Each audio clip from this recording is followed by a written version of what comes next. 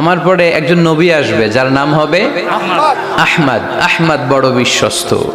এজন্য রাসূল সাল্লাল্লাহু আলাইহি ইসলামকে আমরা নবী হিসেবে পেয়ে খুশি না বেজার? ইসলামকে ধর্ম হিসেবে পেয়ে খুশি না বেজার? কিন্তু অনেকেই আমরা যে মুসলমান এটা নিয়ে খুশি না। তারা সাহসিকতার সাথে ঘোষণা দিতে পারে না যে ইন্নী মিনাল মুসলিমিন। কিন্তু আমাদের ইসলাম নিয়ে গর্ব করা উচিত, কারণ এই ধর্মকে পাঠিয়েছে কে? এটা মন মস্তিষ্ক প্রসূত কোনো ধর্ম নয়, ঠিক কিনা? এটা কি আমাদের বাপ দাদার কথা অনুযায়ী চলে? ইসলাম কি নেতার কথা অনুযায়ী চলে? মসজিদের ইমামের কথা অনুযায়ী চলে? ইসলামের বিধানগুলো সরাসরি নাজিল করেছে কে? সাইয়েদনা ওমর ফারুক বলতেন, নাহনু কওমুন আ'আজ্জানাল্লাহু বিল ইসলাম। আমরা তো এমন জাতি যে জাতিকে আল্লাহ তাআলা ইসলামের দ্বারা সম্মানিত করেছে। আমাদের সম্মান ইসলামে।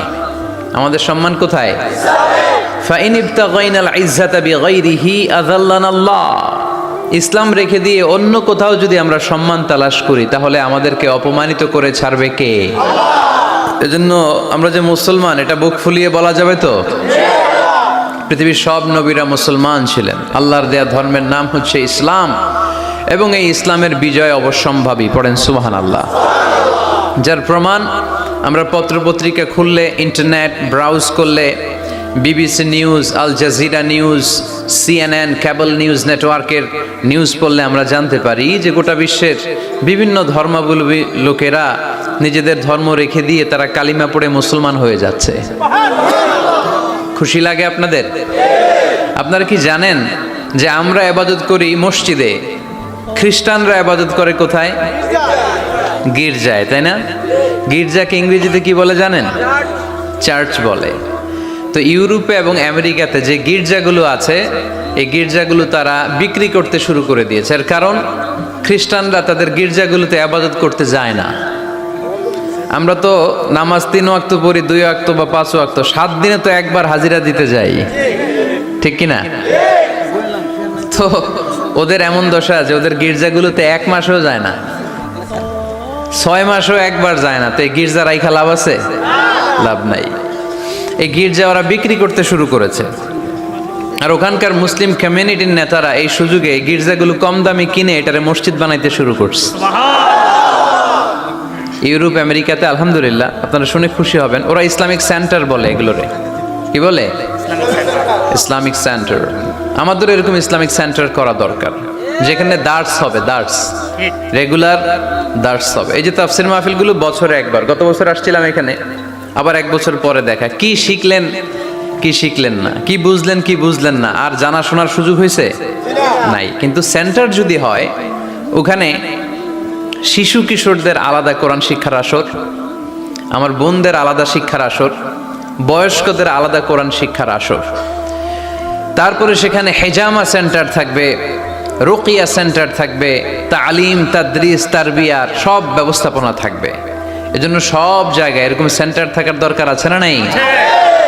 যতদিন আমরা এই ইউনাইটেড থাকব ততদিন আমাদের দিকে চোখ তুলে তাকাবার খবরদারি কারো থাকবে না।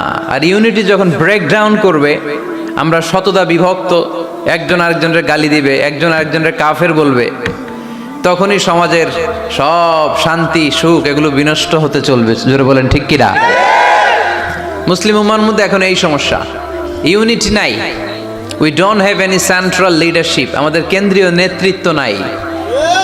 এই যে ফিলিস্তিনে যে মারে আমাদেরকে পাখির মতো গুলি করে, মিয়ানমারের রাখাইন রাজ্য থেকে 10 লক্ষ মুসলমান তাড়ায় দিল টেকনাফে, এখন তারা পাহাড়ি এলাকায় আশ্রয় নিয়েছে। সিরিয়াতে মার খেয়ে গোটা বিশ্বে এরা ছড়িয়ে আছে। এই যে মুসলমানরা গোটা বিশ্বে মার খায়, আমাদের পক্ষে কথা বলার মতো আমাদের কোনো কেন্দ্রীয় লিডার আছে? সেন্ট্রাল লিডারশিপ নাই। আল খিলাফা আল ইসলামিয়া, ইসলামিক ক্যালিফেট, এটা নাই। এই সেন্ট্রাল লিডারশিপ না থাকার কারণে গোটা বিশ্বে আমরা আজ নির্যাতিত, নিষ্পেষিত। আমাদের কোনো মা বাপ নাই। জোরে কোন ঠিক কিনা? এদিকে লাথি মারলে ওইদিকে যাই, ওদিকে লাথি মারলে এদিকে আসি। আমাদের পক্ষ নিয়ে, আমাদের স্বার্থ নিয়ে যে কথা বলবে, জাতিসংঘে হুঙ্কার তুলবে, ওআইসি থেকে ঘোষণা আসবে, ওরকম একটা নেতাও আমাদের নাই, জোরে বলেন ঠিক কিনা? ওমরে ফারুকের মতো যদি একটা নেতা থাকতো, তাহলে গোটা বিশ্বে মুসলমানরা এক আমব্রেলার নিচে, এক ছাতার নিচে চলে আসতো, তাই না? এমন সাহাবী ছিলেন বিষ্ণু ঈসা ইসলাম তার ব্যাপারে বলেছেন, আসাদ্দুহুম ফি আমরিল্লাহি উমর। আল্লাহর জমিনে আল্লাহর দিন বাস্তবায়নের জন্য সবচেয়ে কঠিন সাহাবী ছিল যিনি, তিনি হচ্ছেন উমর।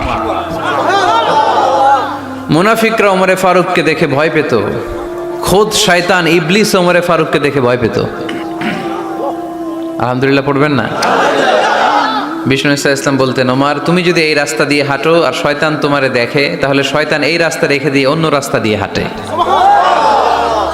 লা নবিয়্যা বা'দি ওয়ালা রাসূলা।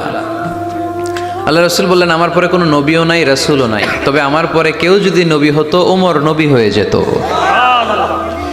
এরকম একজন ওমরের আমাদের দরকার, এরকম একজন ওমরের অপেক্ষায় আমরা। একজন হলেই চলবে, কয়জন লাগবে? যুগ জামানা পাল্টে দিতে চাই না অনেক জন, এক মানুষই আনতে পারে জাতির জাগরণ।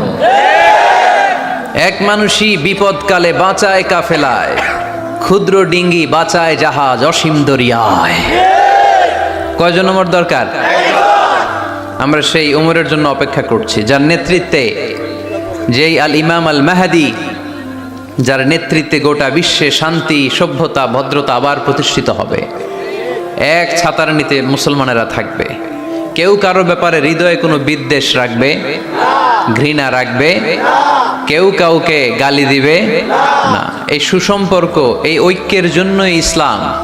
একসাথে উদখুলু ফিস সিলমি কাফা, পরিপূর্ণভাবে সবাই মিলে ইসলামের রশিকে আঁকড়ে ধরো, তাহলেই বরকত দিবে কে? ওমরে ফারুক বলতেন, নাহনু কওমুন আ'আজ্জানাল্লাহু বিল ইসলাম। আমরা তো এমন জাতি, যে জাতিকে আল্লাহ তাআলা ইসলাম দিয়ে সম্মানিত করেছে। আমাদের সম্মান ইসলামে, এখন ইসলাম রেখে দিয়ে অন্য জায়গায় সম্মান খুঁজি, এজন্যই লাথি খাই, এজন্যই অপমানিত, এজন্যই নেতৃত্ব শূন্য। জোরে বলেন ঠিক কিনা? গোড়ার দিকে যদি না যাই, মূলের দিকে যদি ফিরে না আসে, আমাদেরকে গালি দেয় মৌলবাদ। মৌলবাদ মানে হচ্ছে যে মূলের দিকে ফিরে আসে, return back to the root. শিখড় থেকে, শেকড় থেকে শিখরে, শিখরে যেতে হলে আগে শেকড়ে যেতে হবে। জোরে বলেন ঠিক কিনা? এজন্য ঐক্যের কোনো বিকল্প নাই। আমি আমার আলোচনার শুরুতেই এই মেসেজটা আপনাদের কাছে ড্রপ করতে চাই, যে আসুন আমরা কাদা ছোড়াছুড়ি ছেড়ে দেই, হিংসা বিদ্বেষ ভুলে যাই, হৃদয়টারে সবার জন্য উজাড় করে দেই। মুমিনদের হৃদয়ে থাকবে সবার জন্য ভালোবাসা। কি থাকবে? আল্লাহ রাসূল সাল্লাল্লাহু আলাইহি ওয়াসাল্লাম মক্কা থেকে যখন মদিনাতে গেলেন, তিনি দেখলেন দলে দলে লোকজন কালিমা পড়ে মুসলমান হচ্ছে, বড় একটা মুসলিম কমিউনিটি গড়ে উঠলো। আল্লাহ রাসূল সাল্লাল্লাহু আলাইহি সাল্লাম খেয়াল করে দেখলেন, ওখানে শুধু মুসলিম কমিউনিটি নয়, ওখানে জিউস কমিউনিটি আছে, মানে ইহুদি কমিউনিটি। মদিনাতে ইহুদিরাও থাকতো। আবার খেয়াল করে দেখলেন আশেপাশে খ্রিস্টান কমিউনিটিও আছে। তাহলে মোট কয়টা কমিউনিটি হইল?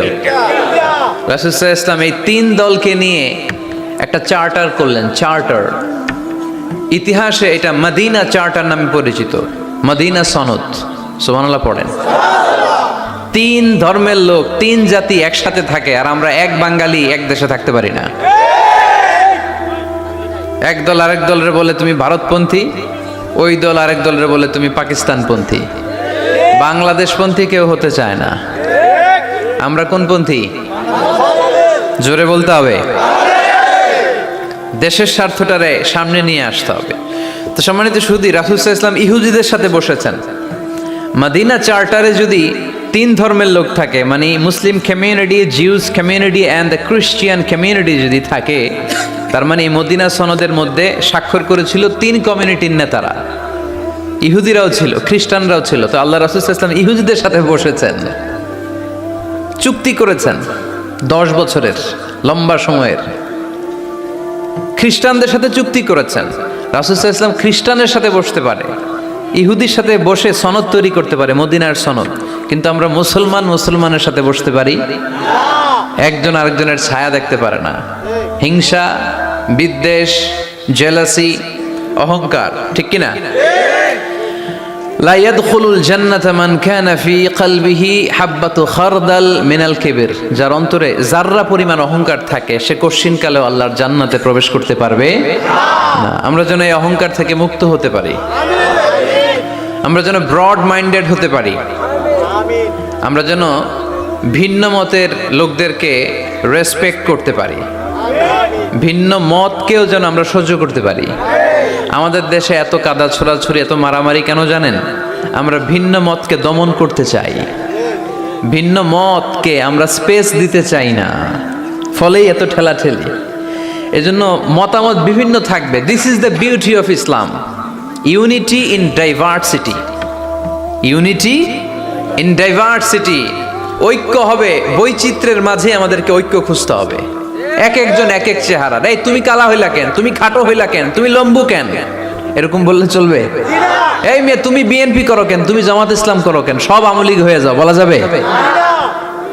তুমি এই পীর সাহেবের মুরিদ কেন, আমি যে পীর সাহেবের মুরিদ হইছি ওইখানে আসো না কেন, বলা যাবে না। Unity in diversity. রাসূল সাল্লাল্লাহু আলাইহি ওয়াসাল্লাম ইহুদিদেরকে স্পেস দিয়েছেন, খ্রিস্টানদেরকে স্পেস দিয়েছেন। মনে রাখতে হবে ঐক্য প্রক্রিয়ার নাম হচ্ছে, এটা এমন একটা প্রক্রিয়া যেখানে সবাই একই চিন্তা চেতনা পোষণ করবে এমনটা নয়, বরং এক একজনের এক এক চিন্তা, কিন্তু মৌলিক বিষয়ে সবাই এক। ইউনিটি ইন ডাইভার্সিটি, বৈচিত্র্যের মাঝে আমাদেরকে ঐক্য খুঁজতে হবে। প্রিয় ভাইরা, কথা বুঝতে পেরেছেন? আপনারা কি ঐক্যের পক্ষে না বিপক্ষে? আমরা যেন ঐক্যবদ্ধ হতে পারি, আল্লাহ তুমি তৌফিক দান করো। আমরা যেন হিংসা বিদ্বেষ ভুলে যে ইসলামের কল্যাণে কাজ করতে পারি, তুমি তৌফিক দান করো। আরো জোরে পড়ি আমিন। লক্ষ্মীপুর দৌলত খাঁ বাড়ির যুব সমাজের উদ্যোগে আজকের 2 দিনব্যাপী তাফসীরুল কোরআনের মাহফিলের সমাপনী রজনী। আজকের প্রোগ্রামের সম্মানিত সভাপতি হচ্ছেন অধ্যক্ষ গোলাম সারোয়ার সাইদি পীর সাহেব, আড়াইবাড়ি দরবার শরীফ, আমার প্রিয় নানা ভাই। উনি ফোন করে বললেন যে আসবেন প্রোগ্রামে আর কি, তো আসতেছেন আমার সাথে দেখা করার জন্য। অনেকদিন দেখা হয় না, মাঝখানে মালয়েশিয়াতে গিয়েছিলেন। 2 নানা নাতি মিলে ঘুরছি অনেক জায়গায়। মালয়েশিয়ার এক মন্ত্রণালয়েও আমরা অনেক ঘুরলাম, অনেকের সাথে আমরা মিটিং করলাম। তো হঠাৎ করে শুনলাম এখন স্টেজে ওঠার আগে নানা ভাই অসুস্থ হয়ে গেছেন, শ্বাসকষ্ট হচ্ছে, আসার কথা ছিল, এখন হসপিটালে যাবেন। তো আমরা আমার প্রিয় নানা ভাইয়ের জন্য সবাই মিলে আজকের প্রোগ্রাম থেকে দোয়া করি, আল্লাহ তাআলা যেন শিফায়ে কামেলা আজেলা নাসিব করে, খুব দ্রুত সুস্থ হয়ে আবার যেন দাওয়াতি কাজে মনোনিবেশ করতে পারে, আল্লাহ তৌফিক দান করুক। আজকের প্রোগ্রামের সহসভাপতি হচ্ছেন মাওলানা আমিরুল ইসলাম সিদ্দিকী, খতিব, লক্ষ্মীপুর কেন্দ্রীয় জামে মসজিদ। আসছেন উনি? আচ্ছা, আপনি। প্রধান অতিথি জনাব অ্যাডভোকেট রাশেদুল কাউসার ভূঁইয়া জীবন, চেয়ারম্যান উপজেলা পরিষদ। আসছে? বিশেষ কাজে ঢাকা আছে আর কি। বিশেষ কাজে ঢাকা। বিশেষ অতিথি জনাব ইখতিয়ার আলম রনি, সাধারণ সম্পাদক বাংলাদেশ আওয়ামী লীগ, 9 নং কায়েমপুর ইউনিয়ন শাখা। আসছে? মাশাআল্লাহ। তারপর আপনাদের এখানে আইন মন্ত্রী আপনাদের পাশের গ্রামে, ওনার লোকেরা এসে দেখা করলো, আমি সালামও বললাম। ওনার আম্মা অসুস্থ, দোয়া চেয়েছে, আমরা দোয়া করি ওনার আম্মাকে আল্লাহ তাআলা সুস্থতা দান করুন। সম্মানিত ভাইরা, আমরা আর কথা না বাড়িয়ে সরাসরি আলোচনায় চলে যাই। আমি আপনাদের খেদমতে পবিত্র কালামুল্লাহ মাজিদের সূরাত আলে ইমরানের 133 নম্বর আয়াত তেলাওয়াত করেছি। সূরাটার নাম হচ্ছে সূরাত আলে ইমরান, ইমরানের বংশধর। ইমরান কে ছিল আপনারা জানেন? মারিয়াম আলাইহিস সালামের পিতা, ঈসা আলাইহিস সালামের নানা। সুবহানাল্লাহ পড়বেন না? ওনাদের ফ্যামিলিটা আল্লাহ তাআলার কাছে এতটাই পছন্দনীয় ছিল যে এই ফ্যামিলির নামে আল্লাহ কোরআনে একটা সূরাই দিয়ে দিলেন, আলে ইমরান। আরবিতে পরিবার বা ফ্যামিলি, এটা বোঝানোর জন্য আরবিতে 2টা শব্দ ব্যবহার হয়। এক হচ্ছে আহাল, আর একটা আল। আহাল এটা সম্মানিতদের ক্ষেত্রেও হয়, আবার সাধারণ মানুষদের ক্ষেত্রেও হয়। যেমন রাসূল সাল্লাল্লাহু আলাইহি ওয়াসাল্লামের পরিবারবর্গ, ওনারা অনেক সম্মানিতা, অনেক সম্মানিত। তো আল্লাহ রাসূল সাল্লাল্লাহু আলাইহি ওয়াসাল্লামের পরিবারের ক্ষেত্রে বলা হয় আহলে বাইত। আবার আমার পরিবার, আপনার পরিবার, আমাদের পরিবার বা স্ত্রী, এটা বোঝাতেও আরবিতে আহাল শব্দটা ব্যবহৃত হয়। কিন্তু আল শব্দটা সাধারণ কোনো ফ্যামিলির ক্ষেত্রে আল্লাহ ব্যবহার করেন নাই। ভালো হোক বা খারাপ হোক, সম্ভ্রান্ত হওয়া লাগবে, ডিগনিফাইড অ্যান্ড প্রেস্টিজিয়াস ফ্যামিলির হওয়া লাগবে। ডিগনিফাইড ফ্যামিলির যদি হয়,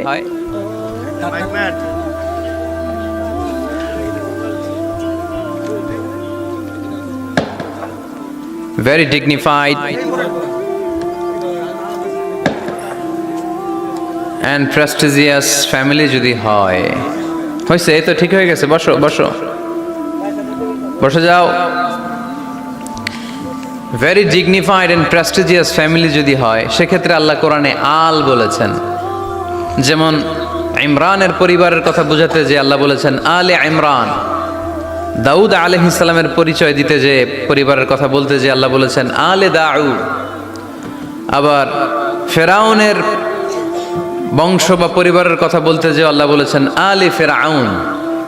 তাহলে পরিবারের আরবি দুইটা, একটা আল আর একটা আহাল। আহাল এটা সম্মানিত এবং সাধারণ উভয় ক্ষেত্রেই ব্যবহার করেন আল্লাহ তাআলা। আর আল এটা শুধু ডিগনিফাইড অ্যান্ড প্রেস্টিজিয়াস ফ্যামিলি, ভালো হোক ফ্যামিলিটা বা খারাপ হোক, সেক্ষেত্রে আল্লাহ ব্যবহার করেন। তারই ধারাবাহিকতায় ইমরান, ওনার যে ফ্যামিলি, মারিয়াম আলাইহিস সালাম ছিলেন তার কন্যা, তার স্ত্রীর নাম ছিল হান্না বিনতে ফাখুস। এই ফ্যামিলিটা আল্লাহর কাছে বড্ড প্রিয় একটা ফ্যামিলি। এজন্য আল্লাহ তাআলা এই ফ্যামিলির নামে কোরআনে একটা সূরা দিয়েছেন। কোরআনের চ্যাপ্টারাইজেশনগুলো অনেক সুন্দর। আমি প্রায় বলে থাকি, মানুষের নামে সূরা, প্রাণীর নামে সূরা, বংশের নামে একটা সূরা আছে, সূরাতুল কুরাইশ আছে না? এর একটা বংশের নামে, তাই না? প্রাণীর নামে আছে বড় প্রাণী, ছোট প্রাণী। স্থলের সবচেয়ে বড় প্রাণী হাতি, আছে না সূরা? সূরা ফিল। আবার স্থলের সবচেয়ে ছোট প্রাণী পিঁপড়া, আছে না? আন্নাম, সূরাতু আন-নামল। তারপর মৌমাছির নামে আছে সূরা, সূরাতু আন-নাহল। মধু খান তো আপনারা? মধু, খাঁটি মধু পাওয়া যায় এলাকায়, খুব পাওয়ারফুল খাবার। কিন্তু সাইবেরিয়ান এলাকায় ওরা মদ খায়। জিজ্ঞেস করলাম কেন? কয় খুব ঠান্ডা। আমি বললাম মধু খাইও, আরো বেশি গরম হবা। মদ খেলেও শরীর গরম হয়, কিন্তু মধু খেলে তার চেয়ে বেশি গরম হয়। রাসূল সাল্লাল্লাহু আলাইহি ওয়াসাল্লাম মধু খেতেন। কিছু কিছু হাদিয়া আল্লাহ রাসূল সাল্লাল্লাহু আলাইহি ওয়াসাল্লাম ফিরিয়ে দিতেন না। এর মধ্যে একটা হচ্ছে মধু। মধু দিলে বলতেন না যে না নিব না। আতর ফিরিয়ে দিতেন না। বালিশ, বালিশ খুব পছন্দ করতেন। আল্লাহ রাসূল ঠেকনা দিয়ে বসতে পছন্দ করতেন। সুবহানাল্লাহ পড়েন। রাসূল সাল্লাল্লাহু আলাইহি ওয়াসাল্লামের কাছে একটা কসমেটিক্সের বক্স থাকতো সব সময়, জরুরি 5-6টা জিনিস এর ভেতরে থাকতো। ওখানে আল্লাহ রাসূল সাল্লাল্লাহু আলাইহি সাল্লাম চিরুনি রাখতেন। চিরুনি, আপনারা চুল আঁচড়ান তো চিরুনি দিয়ে, সবসময় পরিপাটি থাকবেন, এটা সুন্নাহ। পরিচ্ছন্ন, ফিট থাকা, সবসময় গেট আপটা ভালো থাকা, এটা সুন্নাহ। আল্লাহ রাসূল সাল্লাল্লাহু আলাইহি ওয়াসাল্লাম কোনো বিদেশি ডেলিগেট আসলে তাদের সাথে দেখা করার আগে সময় নিতেন, নিজেকে গুছিয়ে নিতেন। সুবহানাল্লাহ পড়েন। চুলগুলো আঁচড়ে রাখতেন এই চিরুনি দিয়ে। তাহলে ব্যক্তিগত কসমেটিক্স বক্সে আল্লাহ রাসূল সাল্লাল্লাহু আলাইহি ওয়াসাল্লাম যে জিনিসগুলো রাখতেন তার মধ্যে একটি হচ্ছে চিরুনি। 2 নম্বর আল্লাহ রাসূল সাল্লাল্লাহু আলাইহি ওয়াসাল্লাম জাইতুনের তেলের একটা ছোট্ট বোতল রাখতেন। ওয়াত্তিনি ওয়াজ জাইতুন, অলিভ অয়েল। অলিভ অয়েলের ওয়াজ করেছি গত বছর। যেখানেই আমার সাথে লোকজনের দেখা, কয় হুজুর এখন থেকে অলিভ অয়েল মাখি আমি, এজন্য সুন্দর হয়ে গেছি। তো অলিভ অয়েল রাখতেন, চিরুনি রাখতেন। এরপরে সুরমা দানি রাখতেন, সুরমা, চোখে আল্লাহ রাসূল সাল্লাল্লাহু আলাইহি ওয়াসাল্লাম সুরমা দিতেন। এরপর আল্লাহ রাসূল সাল্লাল্লাহু আলাইহি ওয়াসাল্লাম উতুর রাখতেন, উতুর পারফিউম, আতর দিতেন। কিছু কিছু বিষয় আছে আরবাউন মিন সুনানিল মুরসালিন, 4টা সুন্নাহ আছে, সব নবীদের সুন্নাহ, সবাই এটা করেছেন। এর মধ্যে একটা হচ্ছে উতুর, সব নবীরা আতর দিতেন। সুবহানাল্লাহ, বাড়িতে যাই বললেন আতর দিবেন, এটা সুন্নাহ। আপনার ইমপ্রেশনটাকে আরো সুন্দর করবে। First impression lasts long. প্রথম দেখায় যারা ভাল লাগে, এটা সবসময় ভাল লাগে, ঠিক কিনা? প্রথমেই যদি কারোর সাথে কথা বলতে যাওয়ার পরে দেখা যায় আপনারা দেখতে খারাপ লাগে, গায়ে দুর্গন্ধ, আসবে আর আপনার কাছে? আসবে না। এরপর আসিওয়াক, ওই কসমেটিক্স বক্সে আল্লাহ রাসূল সাল্লাল্লাহু আলাইহি ওয়াসাল্লাম মেসওয়াক রাখতেন। কি রাখতেন? এটাও সব নবীদের সুন্নাত। তো আমরা যেন পরিপাটি থাকি সব সময়। সবসময় যেন পরিপাটি থাকে। তো মৌমাছির নামে সূরা দিলেন, এরকম এক ভাই বলল যে মাকড়সার নামে, হ্যাঁ, আল আনকাবুত নামে সূরা দিয়েছে। এভাবে আল্লাহ তাআলা পরিবারের নামে সূরা দিয়েছেন। ওই সূরাটার নাম আলে ইমরান। কি নাম? সূরাটার নাম হচ্ছে আলে ইমরান। সূরাটার নাম কি? আলে ইমরান। এখানে আল্লাহ তাআলা 133 নম্বর আয়াতে আমাদের অ্যাপ্রোচিং ঠিক করে দিয়েছেন। ডানে যাব না বায়ে যাব? কই যাবেন? ডানে যাবেন। ডানে আছে ক্ষমা আর আছে জান্নাত। ডানে আছে কি? আর আছে জান্নাত। সবাই বলেন, ডানে আছে কি? ক্ষমা আর আছে জান্নাত। ডান দিকে গেলে আল্লাহর ক্ষমা পাওয়া যাবে আর জান্নাত পাওয়া যাবে। এই দুইটাই তো দরকার, বেশি কিছু লাগে নাকি? আর বাম দিকে গেলে আল্লাহর ক্রোধ, রাগ আর জাহান্নাম। বাম দিকে গেলে আল্লাহর ক্রোধ বা রাগ আর জাহান্নাম। ডানে গেলে কি? প্রথমে ক্ষমা আর জান্নাত। এই দুইটা শব্দ একটু মুখস্থ রাখতে হবে আজকে। ক্ষমা আর দুইটা জিনিস পাওয়া যায় ডানে গেলে। 1 নাম্বার, 2 নাম্বার। সবাই বলেন 1 নাম্বার, 2 নাম্বার। এবার আঙ্গুল উঁচু করে বলেন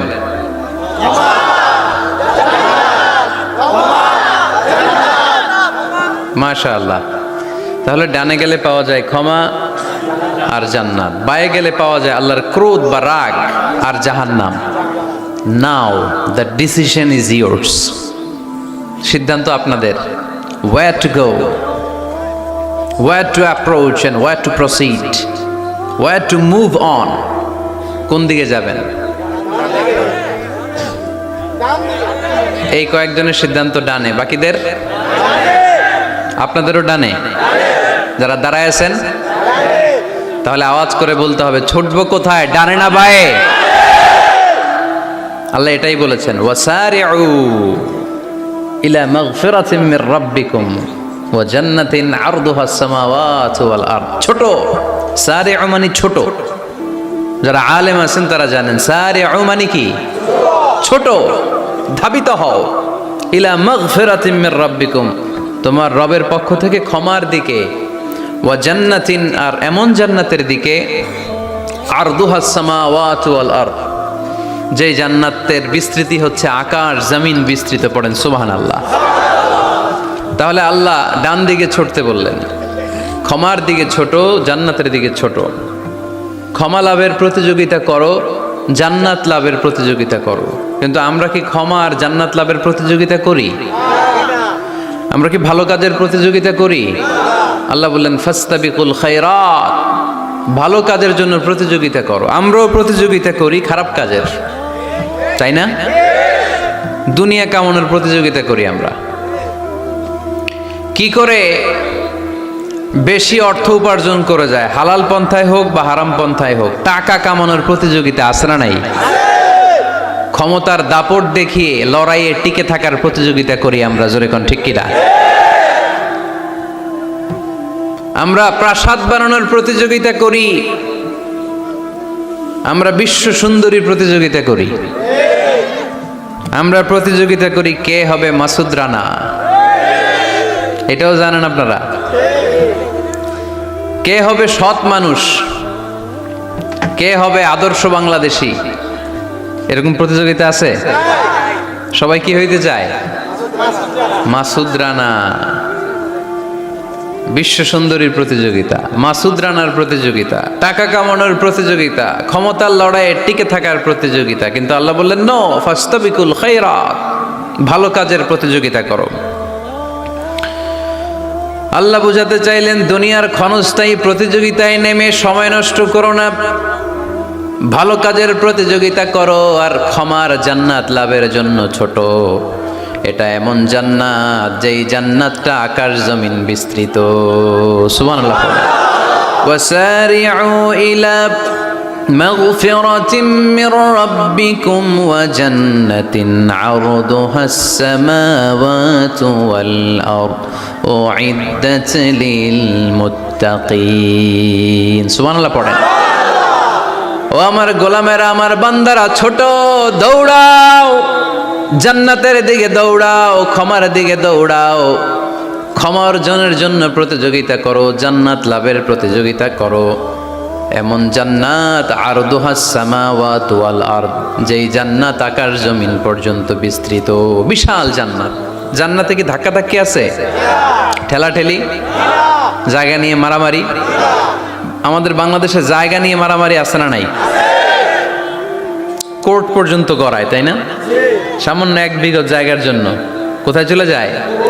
কোর্টে। কোর্ট পর্যন্ত গড়ায়। কিন্তু জান্নাতে এই জায়গা নিয়ে ধাক্কাধাক্কি হবে? বিশাল জান্নাত, বিশাল জান্নাত। সর্বশেষ যেই লোকটা 1000 বছর জাহান্নামে পড়ার পরে জান্নাতে ঢুকবে, ওই লোকের জান্নাতের যে সাইজ হবে এটা এই দুনিয়ার সাইজের 10 গুণ বড় হবে। আগের কালে আমাদের যে দরজাগুলো ছিল গ্রাম বাংলায়, দরজাগুলোর 2টা কপাট ছিল, জানেন? 2টা কপাট একসাথে আইনার পরে তালা লাগাইতো। এখনই না 1 কপাটের দরজা শার্ট করে খুলে যায়, এখনো আছে। তো আল্লাহ রাসূল সাল্লাল্লাহু আলাইহি ওয়াসাল্লাম বললেন, জান্নাতের যে দরজার 2টা কপাট, এই 2টা কপাটের একটা কপাট কত বড় শোনো। ইন্না আল মিসরাআইন মিন মাসারি'আল জান্নাহ মা বাইনা মাক্কাহ ওয়া হাজার। জান্নাতের 2 দরজার 2 কপাটের একটার সাইজ হচ্ছে সৌদির মক্কা শহর থেকে বাহরাইনের হাজার শহর যত দূর, জান্নাতের একটা কপাটের দূরত্ব তত দূর। এর মানে হচ্ছে সৌদির মক্কা শহর থেকে বাহরাইন যত দূর, ওই হিসাবে কয়েকশো কোটি লোক, কয়েকশো একসাথে জান্নাতে ঢুকবে। এক ধাক্কায় কয়েকশো কোটি কিংবা কয়েক হাজার কোটি ঢুকে যাবে। তাহলে ওই জান্নাতে কোনো ধাক্কাধাক্কি, ঠেলাঠেলি, কিলাকিলি? সুবহানাল্লাহ পড়েন। ওয়াসারিউ ইলা মাগফিরাতিন মির রাব্বিকুম ওয়া জান্নাতিন আরদুহাস সামাওয়াতু ওয়াল আরদ উইদ্দাত লিল মুত্তাকিন। আল্লাহ বললেন ক্ষমার দিকে ছোট, আর এমন জান্নাতের দিকে ছোট যেই জান্নাতটা আকাশ জমিন বিস্তৃত। উইদ্দাত লিল মুত্তাকিন, মুত্তাকিনদের জন্য এই জান্নাতকে তৈরি করে রেখেছে কে? তার মানে জান্নাত একটা সাম্প্রদায়িক জায়গা। জান্নাত একটা কি জায়গা? যেখানে মুত্তাকিরা ছাড়া কেউ ঢুকতে পারবে নাকি সবাই ঢুকতে পারবে? সবাই ঢুকতে পারবে না, ওখানে শুধু মুত্তাকিনরা ঢুকতে পারবে। উইদ্দাত লিল মুত্তাকিন, এটা মুত্তাকিনদের জন্য আল্লাহ তাআলা তৈরি করে রেখেছে। হাদিসে কুদসিতে আল্লাহ তাআলা বলেছেন, এই উইদ্দাতের এই শব্দের ব্যবহারই করেছেন আ'দাতু লিইবাদিয়াস সলিহিন, আমি আমার নেককার বান্দাদের জন্য এমন জান্নাত বানিয়েছি মা লা আইনুন রাআত, পৃথিবীর কোনো চোখ ওই জান্নাতের সৌন্দর্য দেখে নাই।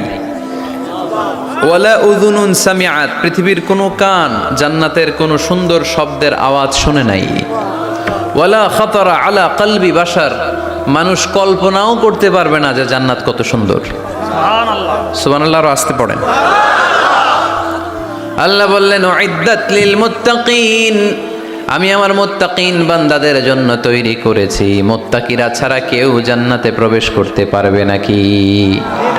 পারবে না। এখন মুত্তাকি কারা, তাদের বর্ণনা আল্লাহ সামনে দিবেন, শুনবেন আপনারা? আচ্ছা, এটা হচ্ছে কোরআনের একটা বর্ণনা ভঙ্গি। কোরআনের মধ্যে অনেক বেশি কোহেরেন্স আছে, সিকোয়েন্সটা অনেক সুন্দর। যখনই আল্লাহ বলবেন কাফিরিন, কাফের কারা, তার বর্ণনা দিবেন। এরপর যখন আল্লাহ বলবেন মুনাফিকিন, মুনাফিকিন কারা, আল্লাহ বর্ণনা দিবেন। এরপর যখনই আল্লাহ বলেছেন মুত্তাকিন, মুত্তাকিন কারা, তারপরে তার বর্ণনা দিবে। সুবহানাল্লাহ পড়েন। যেমন আল্লাহ সূরা বাকারার শুরুতেই মুত্তাকিদের বর্ণনা দিয়েছেন। আল্লাহ দ্ব্যর্থহীন কণ্ঠে ঘোষণা করে বলেছেন যালিকাল কিতাবু লা রাইবা ফীহি হুদাল লিল মুত্তাকিন, এই কিতাবটা এমন কিতাব যেই কিতাবে কোনো সন্দেহ নাই, আর এটা হুদাল্লিল, সবাই বলেন হুদাল্লিল, এটা মুত্তাকিদের জন্য পথ প্রদর্শনকারী। যে কাউকে এই কিতাব পথ দেখায় না। ওয়ালা ইয়াজিদিজ যালিমিনা ইল্লা খাসারা, জালেমদেরকে এই কিতাব পথ দেখায় না, তাদের ক্ষতির মাত্রাটাই বাড়ায়। মুত্তাকিদের পথ দেখায়, জালেমদের ক্ষতির মাত্রা বাড়ায়। দোষ কি কোরআনের? কোরআনের না। যেমন দুধ, এটা সবার উপকারে আসে না, কিন্তু দোষটা কি দুধের? দুধ হচ্ছে সুষম খাবার, এটার মধ্যে খাদ্য উপাদানের যে 6টা পোরশন সবটাই আছে, কিন্তু সবাই হজম করতে পারে না। পেট যদি খারাপ হয় দুধ খাওয়া যাবে? তাহলে দোষ কি দুধের না যার পেট খারাপ তার? সুবহানাল্লাহ পড়েন। কোরআনের কোনো দোষ নাই, এটা হুদাল্লিল মুত্তাকিন, এটা মুত্তাকিদের জন্য পথ প্রদর্শনকারী। মুত্তাকি কারা? আল্লাযীনা ইউমিনুনা বিল গায়ব ওয়া ইউকিমুনাস সালাতা ওয়া মিম্মা রাযাকনাহুম ইউনফিকুন। আল্লাহ ওইখানে বর্ণনা দিলেন একভাবে, এই জায়গায় আল্লাহ তাআলা মুত্তাকিদের বর্ণনা দিলেন আরেকভাবে। সুবহানাল্লাহ পড়েন। আল্লাহ বললেন উইদ্দাত লিল মুত্তাকিন, এই ক্ষমা এই জান্নাত যেই কাউকেই দেয়া হবে না, যারা মুত্তাকিন তাদেরকেই দেয়া হবে। সুবহানাল্লাহ। তাহলে আজকে আমরা মুত্তাকি হয়ে ফিরে যেতে চাই। তিনজন চাই শুধু, এখন 15-20 জন হয়েছে। সবাই যান। এলাকার লোকদের একটু গলায় সাউন্ড কম এমনি আগে থেকেই, তাই না? কিছু এলাকা আছে, আমরা তো সারা দেশ চড়ে বেড়াই। We move from the one corner of the country to the another corner. আজকে আছি সকালে এখানে, এরপরে চলে গেছি কক্সবাজার, এরপর আবার খুলনা। তো আমরা জানি কাদের গলায় জোর বেশি। ফেনীতে নোয়াখালীতে বক্তার কথা গাওয়া লাগে না, কথা কয় শ্রোতারা। আমরা ক বললে টাইনা নিয়ে ওটার কলিকাতা বানাইয়া স্লোগান। কলিকাতা কই নাই আমি, শুধু ক বলছি। কি বলছি? ওটার টাইনা কি বানাইছে? কলিকাতা। তো শ্রোতাদের একটা বড় রোল আছে, they have huge role in this Tafsir programme. আপনাদের একটা ভালো রোল প্লে করতে হবে। আপনারাই পারেন আমাদের থেকে আলোচনা বের করে নিয়ে আসতে। আপনারা যদি জিমাইতে থাকেন আর আমি যদি গুতায়ও আওয়াজ বের করতে না পারি, আমার ভেতর থেকে কথা বেরোবে না। আর আপনারা যদি প্রাণবন্ত থাকেন, সজীব থাকেন শেষ পর্যন্ত, তাহলে কোরআনের সুন্দর সুন্দর কথাগুলো আল্লাহ আমার মুখ দিয়ে বের করায় দিবে। আমরা আজকে কি হয়ে ফিরে যেতে চাই? নাকি মাসুদ রানা? কি হইতে চাই? তাহলে রিয়েলিটি শো একটা এরকম হওয়া দরকার। কে হবে? মুত্তাকি। মুত্তাকি। কিন্তু রিয়েলিটি শো এর নাম কে হবে? মাসুদ রানা। আমরা মাসুদ রানা হতে চাই না, আমরা মুত্তাকি হতে চাই। ইনশাআল্লাহ পড়েন। আল্লাহ এখানে মুত্তাকিনদের 5টা গুণের কথা বলেছেন। কয়টা? একটু মিলায়ে দেখবো আজকে আমরা যে এই 5টা গুণ আমাদের মধ্যে আছে কিনা। যদি থাকে ওয়েল এন্ড গুড, আলহামদুলিল্লাহ। যদি না থাকে তাহলে এই 5টা গুণ নিজেদের মধ্যে ধারণ করার দরকার আছে না নাই? কথা খুব সোজা সাপটা। যদি এগুলো নিয়ে যেতে পারেন দেন আওয়ার ওয়াজ ইজ সাকসেসফুল। তা না হইলে কোনো লাভ নাই। কোনো লাভ আছে? এত ক্যামেরা, এত লাইটিং ফাইটিং করে কি লাভ? এই যে ছুটে আসছেন শীতের রাত, আমি তো এত জেলায় ঘুরলাম, এরকম শীত পাই নাই। আপনাদের লক্ষ্মীপুরে যেই শীত, মাশাআল্লাহ। আমি গাড়ি থেকে বেরোই কাঁপতে শুরু করছি, খুব ঠান্ডা লাগতেছিল আমার কাছে। তো এই যে শীতের রাতে মাফলার টাফলার পেঁচায় অনেক রাত পর্যন্ত আপনার দাঁড়ায় দাঁড়ায় শুনবেন, হিসাব খুব সোজা সাপটা। মুত্তাকি হয়ে ফিরে যেতে চাই, জীবন পাল্টাতে চাই, সময় নষ্ট করতে আসি নাই। সময়ের অনেক দাম, সময়ের দাম দিতে শিখেন। সময়গুলো অনেক দামি। সো আজকের আলোচনা থেকে আমরা কিছু নিয়ে যাব, শিখে যাব। আর কি হয়ে ফিরে যাব? বৈশিষ্ট্য কয়টা? তাহলে একটু চেক করবো যে আছে কিনা আমাদের মধ্যে এই গুণগুলা। থাকলে ভালো, অনেকের হয়তো আছে। যদি না থাকে এগুলো আমাদের ধারণ করতে হবে। কথা কি ক্লিয়ার না? আলহামদুলিল্লাহ। মুত্তাকির প্রথম বৈশিষ্ট্য আল্লাযীনা ইউনফিকুনা ফিস সাররাই ওয়াদ দাররা। মুত্তাকিনরা সুখে দুঃখে সব সময় দান করে, সচ্ছল অসচ্ছল উভয় অবস্থায় দান করে। সচ্ছল অবস্থায় তারা বেশি দান করে, কিন্তু অসচ্ছল অবস্থায়ও করে। বেশি হয়তো করে না, কিন্তু কম করে করে, কিন্তু দান করে। এজন্য আল্লাহ বলেন আল্লাযীনা ينفقون في السراء والضراء والكاظمين الغيظ والعافين عن الناس والله يحب المحسنين সুবহানাল্লাহ।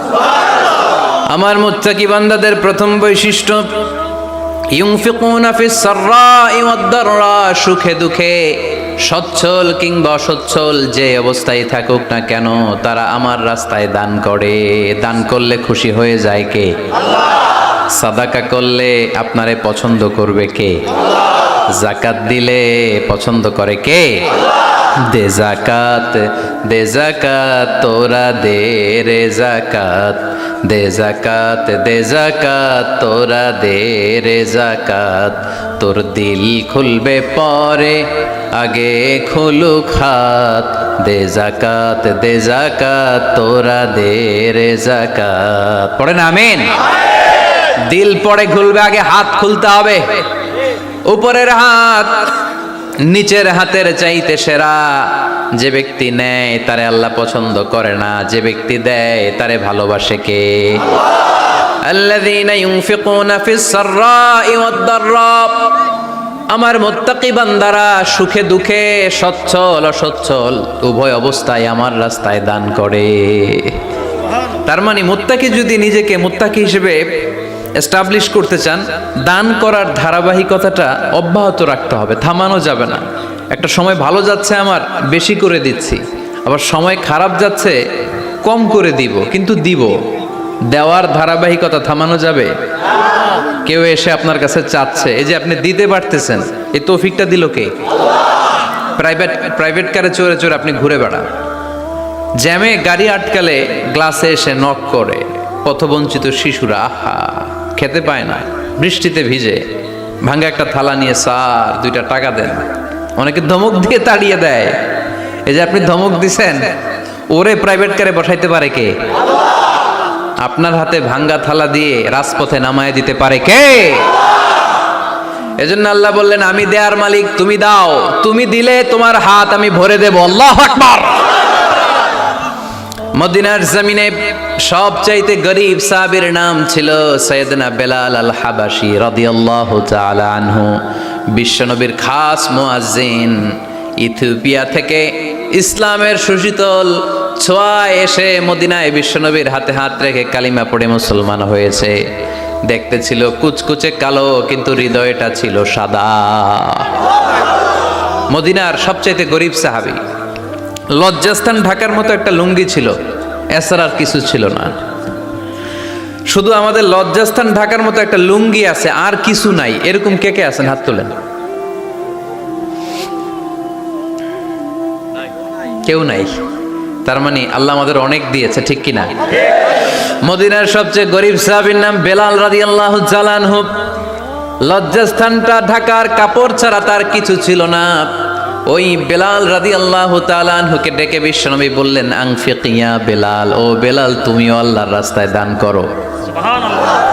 আনফিক ইয়া বেলাল লা তাখশা মিন যিল আরশি ইকলালা, ও বেলাল আল্লাহর ধনভাণ্ডারে কমতি নাই, তুমি দান করো, তোমারও বাড়ায়া দিবে কে?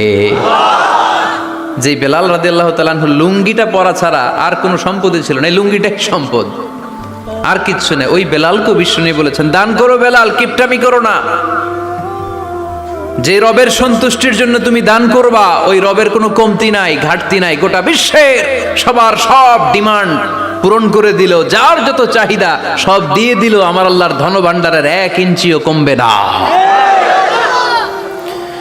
এজন্য মুত্তাকিদের প্রথম বৈশিষ্ট্য, আল্লাযীনা ইউনফিকুনা ফিস সাররাই ওয়াদ দাররাই ওয়াল কাযিমিনাল গায়যা ওয়াল আফিনা আনিন নাস ওয়াল্লাহু ইউহিব্বুল মুহসিনিন। মুত্তাকিনদের প্রথম বৈশিষ্ট্য, সুখে দুঃখে সব সময় দান করে একজনের খুশির জন্য। তিনি কে? দান করলে যে আল্লাহ বাড়ায় দেয়, বিশ্বাস হয়? বিশ্বাস হয়? বাড়িয়ে দিবে আল্লাহ। মাসালুল লাযীনা ইউনফিকুনা ফি সাবিলিল্লাহি কামাসালি হাব্বাহ আম্বাতাত 7 সানাবিলা ফি কুল্লি সুমবুলাতিন মিআতু হাব্বাহ ওয়াল্লাহু ইউদাঈফু লিমান ইয়াশাউ ওয়াল্লাহু ওয়াসিউন আলীম। সুবহানাল্লাহ পড়ে। আল্লাহর রাস্তায় দানের দৃষ্টান্ত চারা গাছের মতো। যেই চারা গাছ রোপণ করে দিলে সেখান থেকে শীষ গজায় 7টা, ওই 7টা শীষ থেকে প্রতিটা শীষ থেকে হয় শত শস্য দানা, মানে 700। আপনি 1 টাকা দান করলে আল্লাহ 7 গুণ, 100 গুণ থেকে 700 গুণ বাড়ায় দিবে। আল্লাহর প্রাচুর্যতার কোনো কমতি নাই, আল্লাহর ভান্ডারে কোনো ঘাটতি নাই, আছে? এজন্য দিতে হবে। কি করতে হবে? দিলে নতুন করে আসে, না দিলে আসে না। বিশ্বাস হয়? অনেকে বিশ্বাস করে না। আল্লাহ বলেন আনফিক ইবনা আদম উনফিক আলাইক, হে বনি আদম দাও, দিলে আমিও দেব। অনেকে আমরা ধরে রাখি দেখে নতুন কিছু আসে না। আপনার হাতে 5 কেজির একটা বস্তা, তো এটা ধরে রাখলে আরেকটা নিতে পারবেন? এটা ফালাই দিলে না 10 কেজি ধরতে পারবেন? কথা কয় না? 5 কেজির এটা দিয়ে দেন, 20 কেজি আসবে। 20 কেজির ওইটা দিয়ে দেন, 40 কেজি আসবে। আর 5 কেজি ধরে রাখলে নতুন কিছু আসবে। আনফিক ইবনা আদম উনফিক আলাইক, হে বনি আদম দান করো, তুমি দিলে আমি তোমারে দিব। সুবহানাল্লাহ পড়েন। তবে এই দানটা গোপনে হলে ভালো, প্রকাশ্যে দান করলেও আল্লাহ কবুল করে, কিন্তু গোপনে করলে বেশি খুশি হয় কে? গোপন দান। আল্লাহ তাআলার রাগ আর ক্রোধ যদি আপনার উপর থেকে থাকে, গোপন দান আল্লাহর ক্রোধ আর রাগকে কমিয়ে দেয়। গোপন দান করলে আল্লাহ খুশি হয়ে যায়। আল্লাহর যদি কোনো রাগ, গোসা, ক্রোধ থাকে আপনার উপর, এটা কমে যাবে। 7 শ্রেণীর ব্যক্তিকে আল্লাহ তাআলা আরশের নিচে ছায়া দিবেন কিয়ামতের দিন, যেদিন সে ছায়া ছাড়া আর কোনো ছায়া থাকবে না। এর মধ্যে 1 শ্রেণীর ব্যক্তি রজুলুন তাসাদ্দাকা বিসাদাকা ফাআখফাহা হাত্তা লা তা'লামু শিমালুহু মা তুনফিকু ইয়ামিনুহু। 1 শ্রেণীর ব্যক্তি, 7 শ্রেণীর মধ্যে 1 শ্রেণীর ব্যক্তি যারা আরশের নিচে ছায়া পাবে, যে ব্যক্তি গোপনে দান করে। কত গোপনে? ডান হাত কি দিছে, বাম হাত টের পায় নাই। তার মানে অনেক গোপনে দান করেছে। এই গোপনে দান করলে খুশি হয় কে? আল্লাকা সিররুন ইনদাল্লাহ বাইনাকা আনতা ওয়া বাইনাল্লাহ, আল্লাকা সাদাকাতুন তাখফা লা ইয়ালামুহা ইল্লাল্লাহ, আল্লাকা সিররুন ইনদাল্লাহ বাইনাকা আনতা ওয়া বাইনাল্লাহ, আল্লাকা সাদাকাতুন তাখফা লা ইয়ালামুহা ইল্লাল্লাহ। সুবহানাল্লাহ পড়ে। আল্লাকা সিররুন ইনদাল্লাহ, তোমার আর তোমার রবের মাঝে গোপন কোনো ডিলিংস আছে কি, যেটা তুমি আর তোমার রব শুধু জানো? তোমার জীবনে এমন গোপন দান আছে নাকি যেটা আল্লাহ ছাড়া কেউ দেখেনি? ওই দানগুলোরে পছন্দ করে কে? আল্লাহ। যারা দুনিয়ার বুকে সচ্ছল এবং অসচ্ছল অবস্থায় দান করে, কিয়ামতের দিন আমল নামা দেখে তারা অবাক হয়ে যাবে, বলবে আল্লাহ এত ভালো কাজ আমি দুনিয়ায় করি নাই, হয়তো এটা আমার আমল নামা নয়, ফেরেশতারা ভুল করে অন্যের আমল নামা আমাকে দিয়ে দিয়েছে। আল্লাহ বলবেন না আমার ফেরেশতারা ভুল করে না। ফেরেশতারা ভুল করে নাকি? তোমার আমল নামাই তোমার হাতে পৌঁছেছে। দানকারী বলবে আল্লাহ এত ভালো কাজ আমি করি নাই, কি করে এত আমলের পাহাড়? আল্লাহ বলবে ওই যে আমার খুশির জন্য, আমার ভালোবাসায় দুনিয়ার বুকে যে তুমি দান করেছো, ওই দানের সওয়াবটাকে পাহাড় পরিমাণ বড় করে আমি আল্লাহ নিজ দায়িত্বে তোর আমল নামায় ঢুকিয়ে দিয়েছি।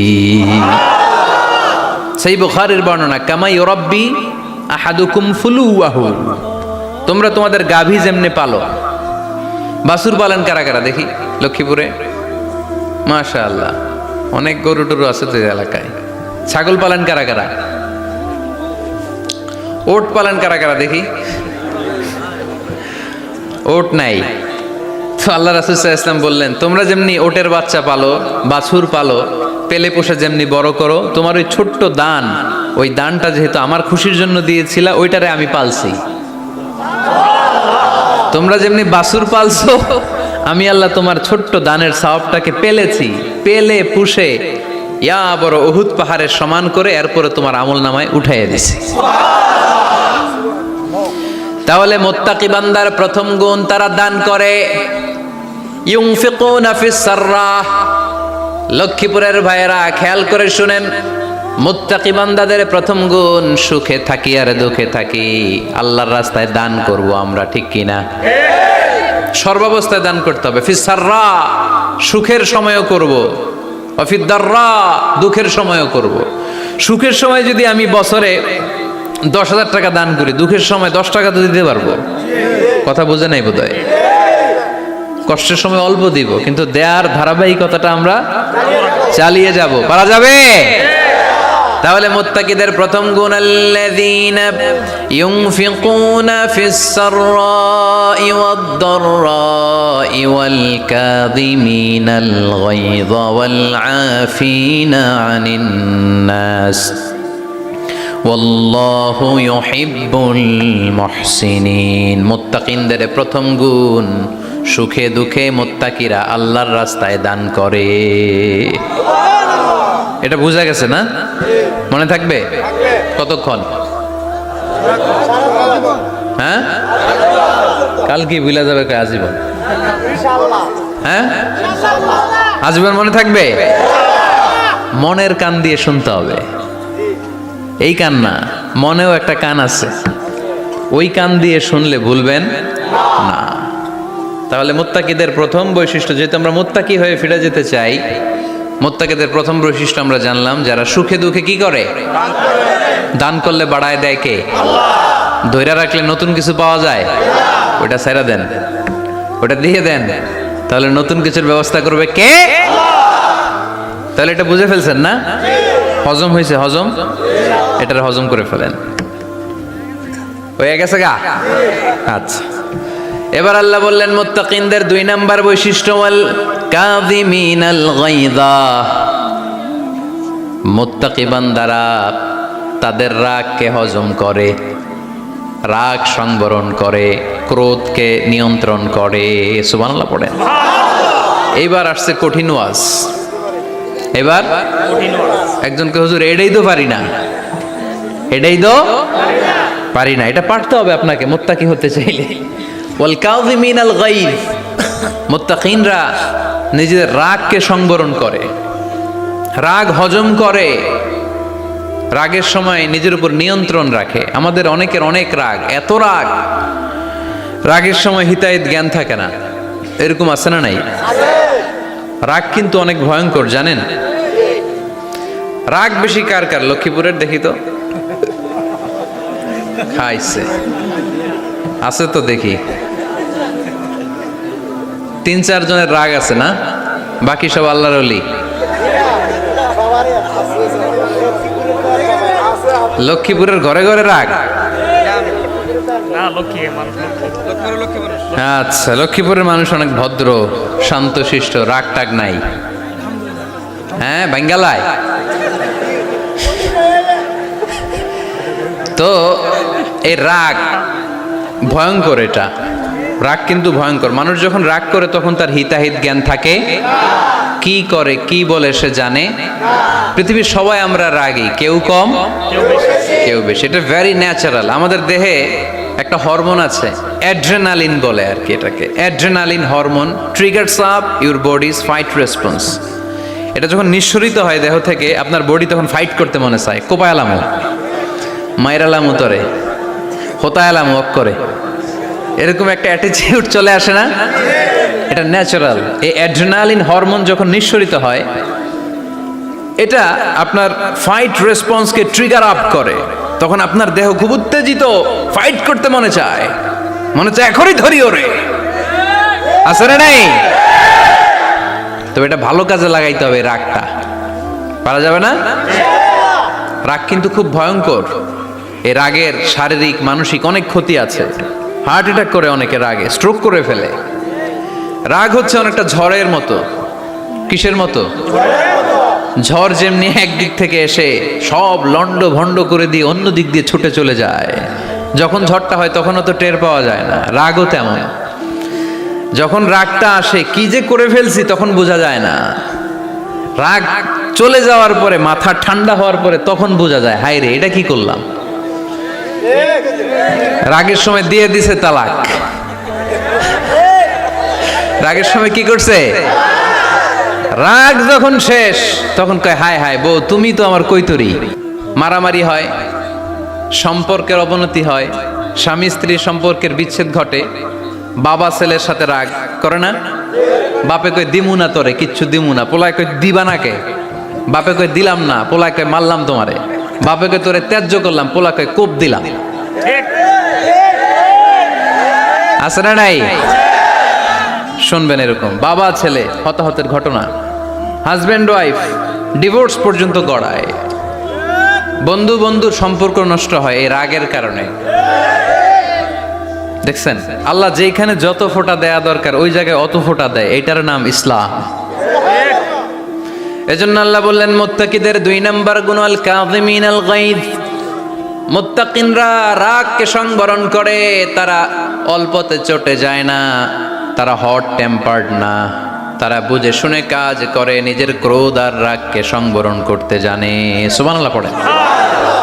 আল্লাহ রাসূল বললেন লাইসা শাদীদু বিসুরআহ, কুস্তি করে যে অন্যকে শোয়ায় ফেলতে পারে সে শক্তিশালী নয়।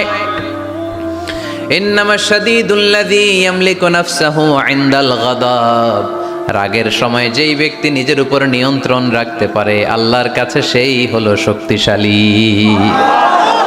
এক একটা কথার ওজন দেখছেন আল্লাহ রাসূল সাল্লাল্লাহু আলাইহি ওয়াসাল্লামের।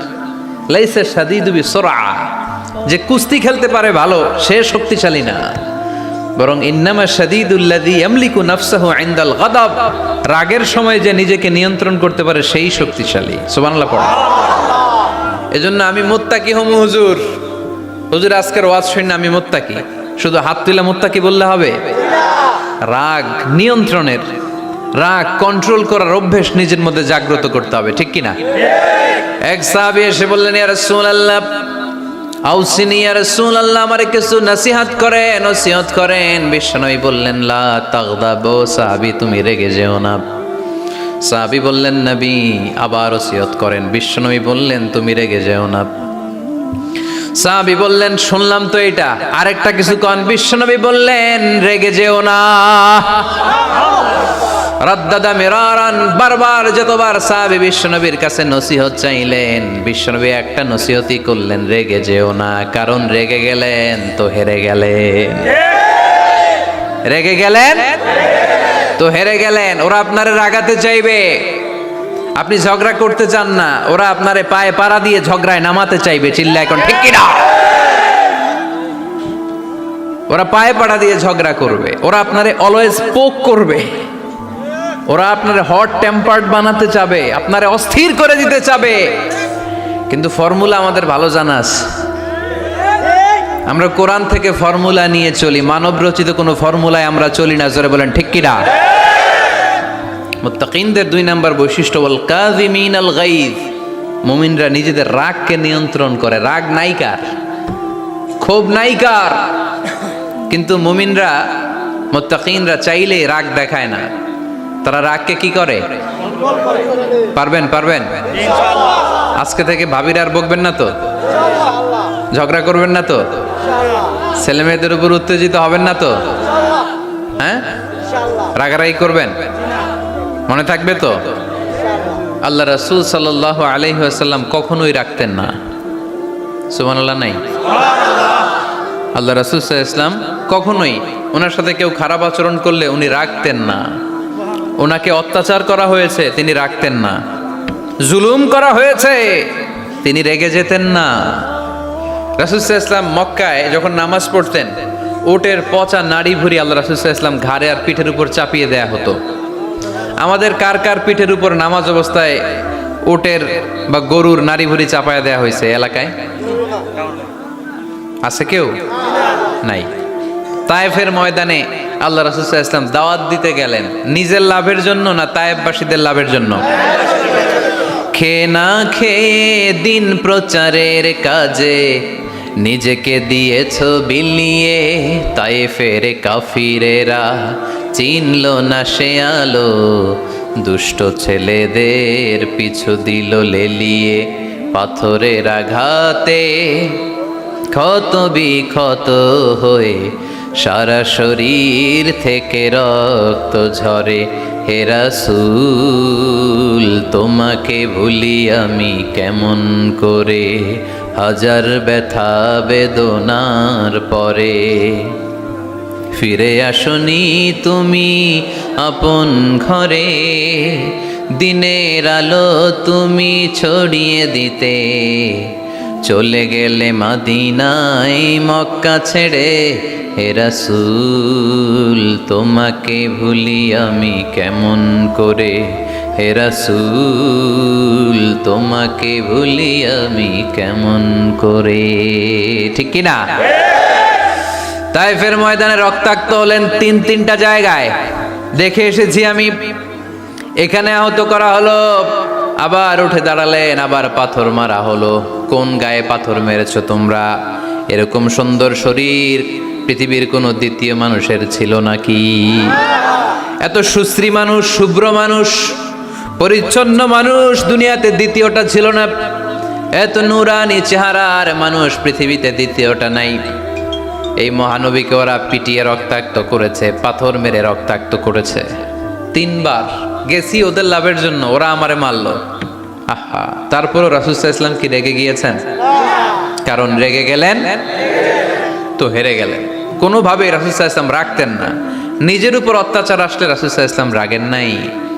আনাস রাদিয়াল্লাহু তাআলা আনহু আল্লাহ রাসূলের খাদেম ছিল। উনি বললেন, কুনতু আমশি মা রাসূলিল্লাহ, আমি একবার রাসূল সাল্লাল্লাহু আলাইহি ওয়াসাল্লামের সাথে কোথাও যাচ্ছিলাম। ওয়া আলাইহি বুরদুন নাজরানি, তখন রাসূল সাল্লাল্লাহু আলাইহি ওয়াসাল্লামের গায়ে ছিল নাজরান থেকে আনা একটা চাদর। আপনারা চাদর পরেন না শীতকালে? রাসূল সাল্লাল্লাহু আলাইহি ওয়াসাল্লাম চাদর পরতেন।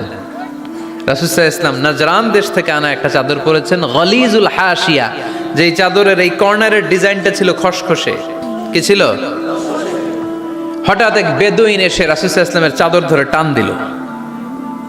টান দেওয়ার সাথে সাথে রাসূল সাল্লাল্লাহু আলাইহি ওয়াসাল্লামের ঘাড়ের এই চামড়া ছিঁড়ে গেল।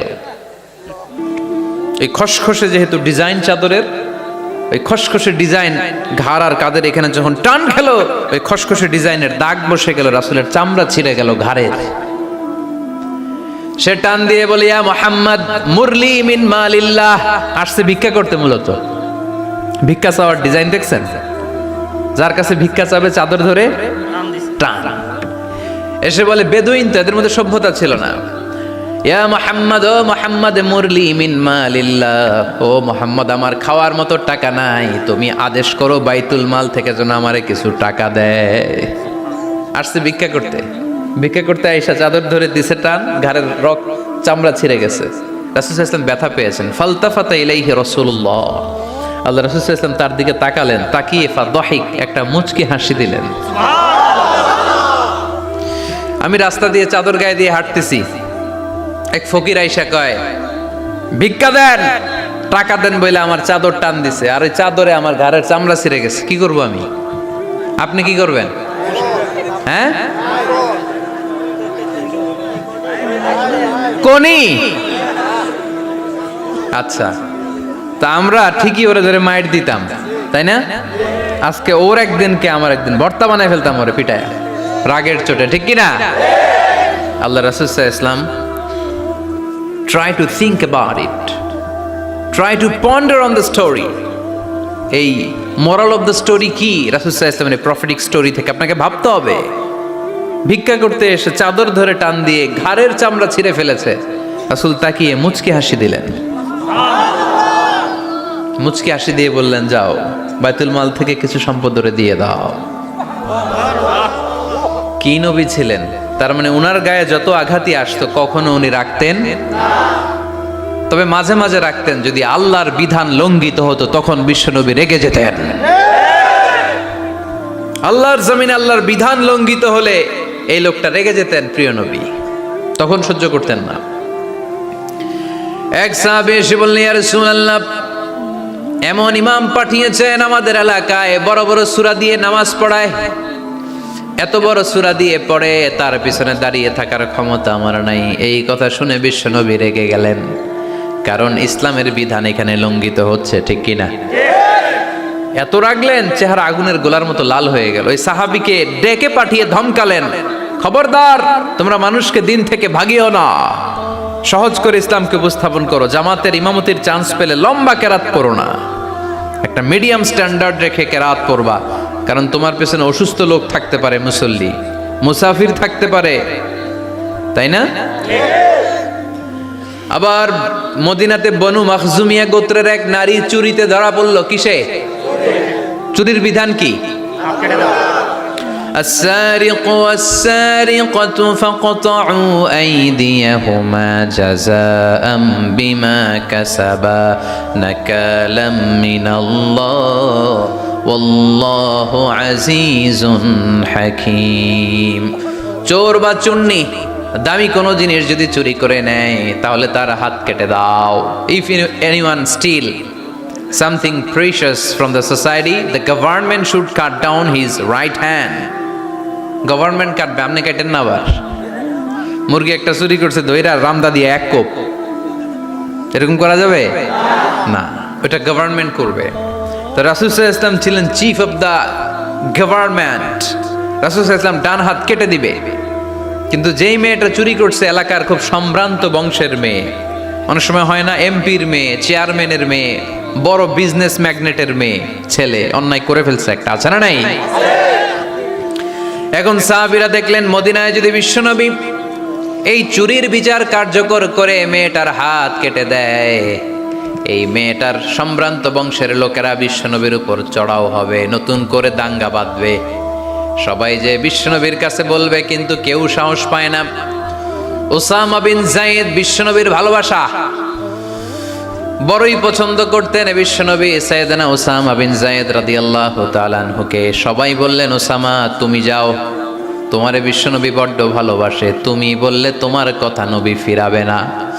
সাইয়েদনা উসামা যে বললেন, ইয়া রাসূলুল্লাহ, সবাই মিলে আমারে পাঠিয়েছে যেন আমি সুপারিশ করি, যদিও বনু মাখজুমিয়া গোত্রের মেয়েটা চুরিতে ধরা পড়েছে, মেয়েটা আসলেই চোর, চুরি করেছে, কিন্তু বড় একটা বিষয়কে খেয়াল করে নবী সবার সুপারিশের কারণে এই মেয়েটার হাত আপনি কেটে দিয়েন না।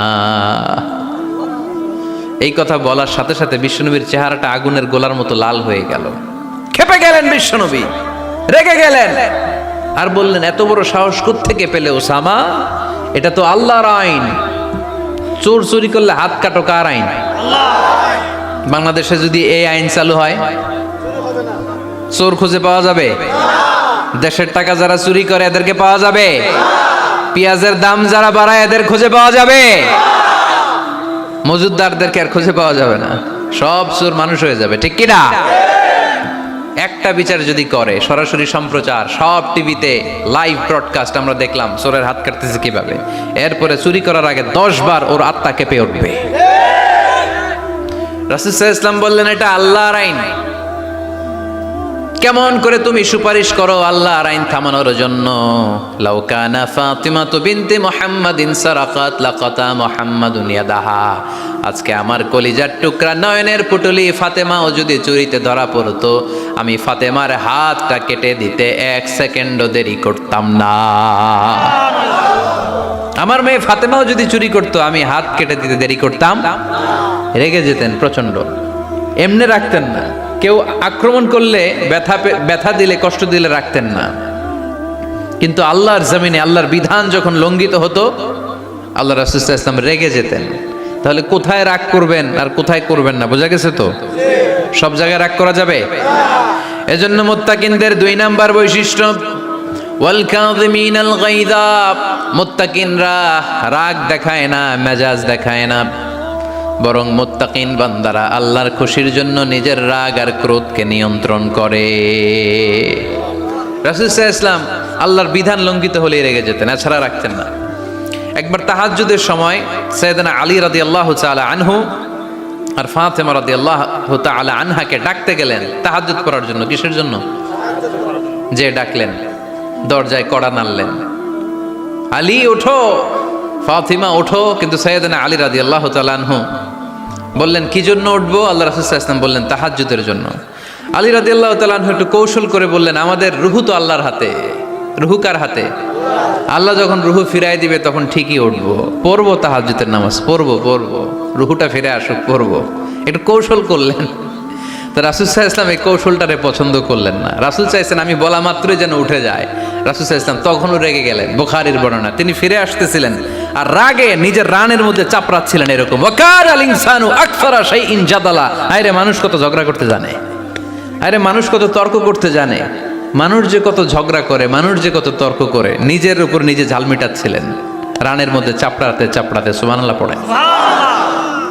আক্রমণ করলে রাখতেন না, ওটের নারী ভুঁড়ি চাপিয়ে দিলে রাখতেন না, কিন্তু ধর্মীয় বিধান লঙ্ঘিত হলে বিশ্বনবী রেগে যেতেন, চিল্লা এখন সুবহানাল্লাহ। এজন্য মুত্তাকিদের 2 নাম্বার বৈশিষ্ট্য আল কাযিমিনাল গায়দ, রাগকে সংবরণ করতে হবে। রাগ দেখানো যাবে না। রাগ দেখাবেন, কি করবেন? নিয়ন্ত্রণ করব। একজন নিয়ন্ত্রণ করবে শুধু, আর আপনারা কোপায় ফেলাইবেন সব। মাশাআল্লাহ। আরে বলো কি করবা? এভাবেই তো সমাজ পরিবর্তন হয়। শুনতে হবে তো আমার কথা, শুনতে হবে, জানতে হবে, দেন মানতে হবে। পরিবর্তনটা আস্তে আস্তে হয়। এই ঘুণে ধরা সমাজ এমনি নষ্ট হয় নাই, দীর্ঘদিনে নষ্ট হয়েছে। এটা ঠিক করতে হইলে আমাদের দীর্ঘ সময় লাগবে, দীর্ঘদিন লাগবে, অনেক ঘাম ঝরাতে হবে, অনেক পথ যেতে হবে, মাইলস টু গো। ঠিক কিনা? তাহলে রাগ দেখানো যাবে না। রাগকে কি করব? কন্ট্রোল করব। সবাই রাজি? যারা হাত তুলছিলা যে আমার রাগ বেশি, তোমাদের জন্য tips, how to control anger, কিভাবে রাগ কমাতে হয়। আল্লাহ রাসূল সাল্লাল্লাহু আলাইহি ওয়াসাল্লাম এটাও শিখাই দিছে। শুধু হুজুরে কইছে সুবহানাল্লাহ। সুবহানাল্লাহ বললে কি গুনাহ হবে? একবার সুবহানাল্লাহ বললে আকাশের জমিনের মাঝখানে সব ফাঁকা জায়গাটা সওয়াব দিয়ে ওই সওয়াব আল্লাহ আপনার আমলনামায় ঢুকায় দিবে। খুব চালাক এই এলাকার লোকেরা, সওয়াবের কথা শুই না, লাভ শুই না। সুবহানাল্লাহ, লাভ আছে যেখানে আমরা আছি। তো হাউ টু কন্ট্রোল অ্যাঙ্গার, কিভাবে রাগ থামাবো? যেহেতু মুত্তাকিনদের 2 নাম্বার বৈশিষ্ট্য ওয়াল কাযিমিনাল গায়জ, মুত্তাকিদের বৈশিষ্ট্য তারা রাগকে নিয়ন্ত্রণ করে। আল্লাহ রাসূল শিখাই দিলেন, 4টা পদ্ধতি শিখালেন রাগ কমানোর। কয়টা মনে থাকবে? অ্যাপ্লাই করবো এগুলো, দেখবো আজকে থেকে রাগ কমে কিনা। পারা যাবে? 2 সাহাবী বিশ্বনবীর সামনে ঝগড়া লাগলেন, কথা কাটাকাটি, কথার পিঠে কথা, কথার নাম লতা। কথা বলতে বলতে ঝগড়া লাগতে লাগতে এক সাহাবী রেগে মেগে আগুন, মারামারির জন্য উদ্যত হলেন। বিশ্বনবী দেখলেন ওই সাহাবীর চেহারাটা একেবারে আগুনের গোলার মতো লাল হয়ে গিয়েছে। বিশ্বনবী বললেন, ইন্নী লা আ'লামু কালিমাতান, আমি এমন একটা বাক্য জানি, এই রাগান্বিত সাহাবী যদি এখন এই বাক্যটা পড়া শুরু করে দেয়, তার রাগটারে নিমিষেই ঠান্ডা বানাইয়া দিবে কে?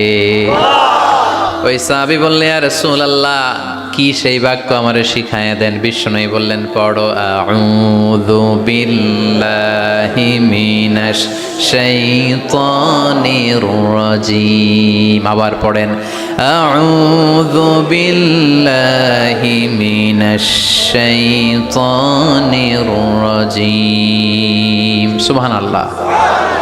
রাগ কমানোর দোয়া, সহিহ হাদিস। ওই সাহাবী যদি এই বাক্যটা পড়ে তার রাগ কমে যাবে। বাক্যটা হচ্ছে আউযু বিল্লাহি মিনাশ শাইতানির রাজিম, বিতাড়িত শয়তানের কাছ থেকে আল্লাহর কাছে পানাহ চাচ্ছি, প্রোটেকশন চাচ্ছি। বলতে দেরি, রাগ থামতে দেরি হবে না। টিপস নাম্বার 1 মনে থাকবে তো? টিপস নাম্বার 2, বিশ্বনবী বললেন, ইযা গাদিবা আহাদুকুম ফালইয়াসকুত, তোমাদের যখন প্রচন্ড রাগ চলে আসে, বেশি যখন, প্রচন্ড যখন তোমরা রেগে যাও, তখন কথা বন্ধ করে চুপ হয়ে যাও। কি করতে হবে? চুপ, একেবারে চুপ। অনেকে রাগের সময় গড়গড় করে কি যেন বলতে থাকে, আছে না নাই? রাগে গড়গড় করতে থাকে আর কি যেন বলতে থাকে। এই যত বলবেন, যত গালি দিবেন, বলে না গালি দেয় না রাগের সময়, অশ্রাব্য ভাষায় অনেকে গালি গালাজ শুরু করে দেয়, আছে না নাই? না, আসুকুত, ইদা গাদিবা আহাদুকুম ফালিয়াসকুত। আল্লাহ রাসূল সাল্লাল্লাহু আলাইহি ওয়াসাল্লাম বললেন, যখন তোমাদের কেউ প্রচন্ড রেগে যায়, সে তার কথা যেন বন্ধ করে দেয়। চুপ, keep silent, keep quiet, relax, cool. পারবেন? তাহলে প্রথম টিপস কি পড়তে হবে? বাইরে নামক দিয়া পড়েন আউযু বিল্লাহি মিনাশ শাইতানির রাজীম। এটা হলো 1 নাম্বার টিপস। 2 নাম্বার টিপস, ইযা গাদিবা আহাদুকুম ফালইয়াসকুত। মাশাআল্লাহ, চুপ থাকতে হবে। বেশি রাগ চলে আসলে কি করতে হবে? 3 number tips, lower your action. আপনার অ্যাকশনকে কমায় দেন। কিন্তু আমরা ওই সময় মারি ডাইরেক্ট অ্যাকশন। রাগের সময় আমরা কি করি? আল্লাহ রাসূল বললেন লোয়ার, মিনিমাইজ ইউর অ্যাকশন। কি বললেন আল্লাহ রাসূল? অ্যাকশন কমাও, কার্যক্রম কমায় দাও। ইযা গাদিবা আহাদুকুম ওয়া হুয়া কাইম ফালিয়াজলিস। দাঁড়ানো অবস্থায় তোমাদের কেউ যদি রেগে যায় সে যেন বসে পড়ে। ফাইন যাহাবা আনহুল গাদাবু ওয়া ইল্লা ফালিয়াত্তাজি। কেউ যদি দাঁড়ানো অবস্থায় রেগে যায় সে যেন বসে পড়ে। বসে থাকার পরেও যদি তার রাগ কমতে না চায় সে যেন শুয়ে পড়ে। তাহলে দাঁড়ানো অবস্থায় রাগ আসলে কি করবেন? বসা অবস্থায় রাগ আসলে, শোয়া অবস্থায় রাগ আসলে চোখ বন্ধ করে ঘুমায় যাবেন। রাগ আসবে আর সুবহানাল্লাহ কইবেন না? কত বড় ফিজিশিয়ান, কত বড় ডাক্তার আল্লাহ রাসূল সাল্লাল্লাহু আলাইহি ওয়াসাল্লাম। সুবহানাল্লাহ পড়ে। কয়টা গেল? কয়টা? 1 নাম্বার কি পড়া? মাশাআল্লাহ। 2 নাম্বার চুপ থাকা। 3 নাম্বার দাঁড়ায় থাকলে বসে যাওয়া, বসা থাকলে পারবেন? 4 নাম্বারটা অনেক মজার টিপস, শুনবেন? আল্লাহ রাসূল সাল্লাল্লাহু আলাইহি ওয়াসাল্লাম বললেন 4 নাম্বার টিপস শোনো। ইন্নাল গাদাবা মিনাশ শাইতান। নিশ্চয়ই রাগ আসে শয়তান থেকে। ওয়া ইন্নাশ শাইতানা খুলিকা মিনান নার। শয়তান তৈরি আগুন থেকে। ওয়া ইন্নান নারা তুতফাউ বিল মা। আগুন নিবানো হয় পানি দিয়ে। ফাইদা গাদিবা আহাদুকুম ফালিয়াতাওয়াদ্দা। তাই কারো যখন রাগ খুব বেড়ে যায় সে যেন ঠান্ডা পানি দিয়ে ওযু করে। কি সুন্দর টিপস, কি সুন্দর ফিলোসোফার আল্লাহ রাসূল সাল্লাল্লাহু আলাইহি ওয়াসাল্লাম। কত বড় দার্শনিক ছিলেন তিনি। আল গাদাবু মিনাশ শাইতান, কথার সিকোয়েন্স দেখেন, ওজন দেখেন। আল গাদাবু মিনাশ শাইতান, রাগ আসে শয়তানের থেকে। রাগ এনে দেয় কে? শয়তান। ওয়া শাইতানু খুলিকা মিনান নার। শয়তান তৈরি কি থেকে? আগুন থেকে। ওয়ান নারু তুতফাউ বিল মা। আগুন নিভায় কি দিয়ে? ফাইদা গাদিবা আহাদুকুম ফালিয়াতাওয়াদ্দা। তাই তোমাদের কেউ যখন রেগে যায় সে যেন পানি দিয়ে ওযু করে নেয়। পারবেন? ওযু করে ফেলবেন ঠান্ডা পানি দিয়ে। ঠান্ডা পানি মাথায় দিবেন, চোখে পানির ঝাপটা দিবেন। আপনার রাগকে ঠান্ডা করে দিবে কে? তাহলে আওয়াজ করে বলেন রাগ কমানোর 1 নাম্বার ফর্মুলা কি? আউযু বিল্লাহি মিনাশ শাইতানির রাজীম। 2 নাম্বার চুপ থাকা। 3 নাম্বার বসে পড়া, শুয়ে পড়া। 4 নাম্বার ওযু করা। 4 নাম্বার। এই 4টা পদ্ধতিতে আপনি রাগ কমাতে চাইলে আপনার রাগ কমায় দিবে কে? আল্লাহ। এজন্য আল্লাহ বললেন আমার মুমিন বান্দার 2 নাম্বার গুণ, তারা রাগকে নিয়ন্ত্রণ করে। আল্লাযীনা ইউনফিকুনা ফিস সাররাই ওয়াদ দাররাই ওয়াল কাযিমিনাল গায়য। আমার মুত্তাকিন বান্দাদের প্রথম গুণ সুখে দুঃখে দান করে। মনে আছে? 2 নাম্বার গুণ কি? রাগকে নিয়ন্ত্রণ করে। 3 নাম্বার গুণ হচ্ছে ওয়াল আফিনা আনিন নাস। মানুষকে ক্ষমা করে দেয়। মানুষকে কি করে? আমরা তো ক্ষমা করি না। হ্যাঁ, দইরা আবুইটালা মানে কি? এটার মিনিং কি? ফিশালায়। হ্যাঁ, কি করে? আইকালায়, আইজ্জালায়, আইকালা, আইকালা আঞ্চলিক শব্দ। আঞ্চলিক শব্দগুলো অনেক সুন্দর, এক এক জেলা এক এক রকম। তার মানে আমরা ক্ষমা করতে চাই না, আমরা দইরা আইকালাই। তার মানে আমরা রাগ ঝাড়ি আর কি, ভিতরে যে ক্ষোভ জমা থাকে এগুলো ঝাড়ি, আমরা ক্ষমা করতে চাই না। কিন্তু ভাই মুত্তাকি যদি হতে চান আপনাকে ক্ষমা করে দিতে হবে। কি করবেন? কি করবেন? ক্ষমা করে দেন। আচ্ছা, একটু আওয়াজ করে উত্তর দেন। আমরা আল্লাহর কাছে এই যে পাপ করি, অন্যায় করি, মাফ চাই না? ক্ষমা চাই না? আল্লাহ আমাদেরকে ক্ষমা করুক, এটা আমরা চাই কি চাই না? আল্লাহ আমাদেরকে ক্ষমা করুক, এটা আমরা চাই, কিন্তু আমরা আমাদেরকে ক্ষমা করতে পারি না।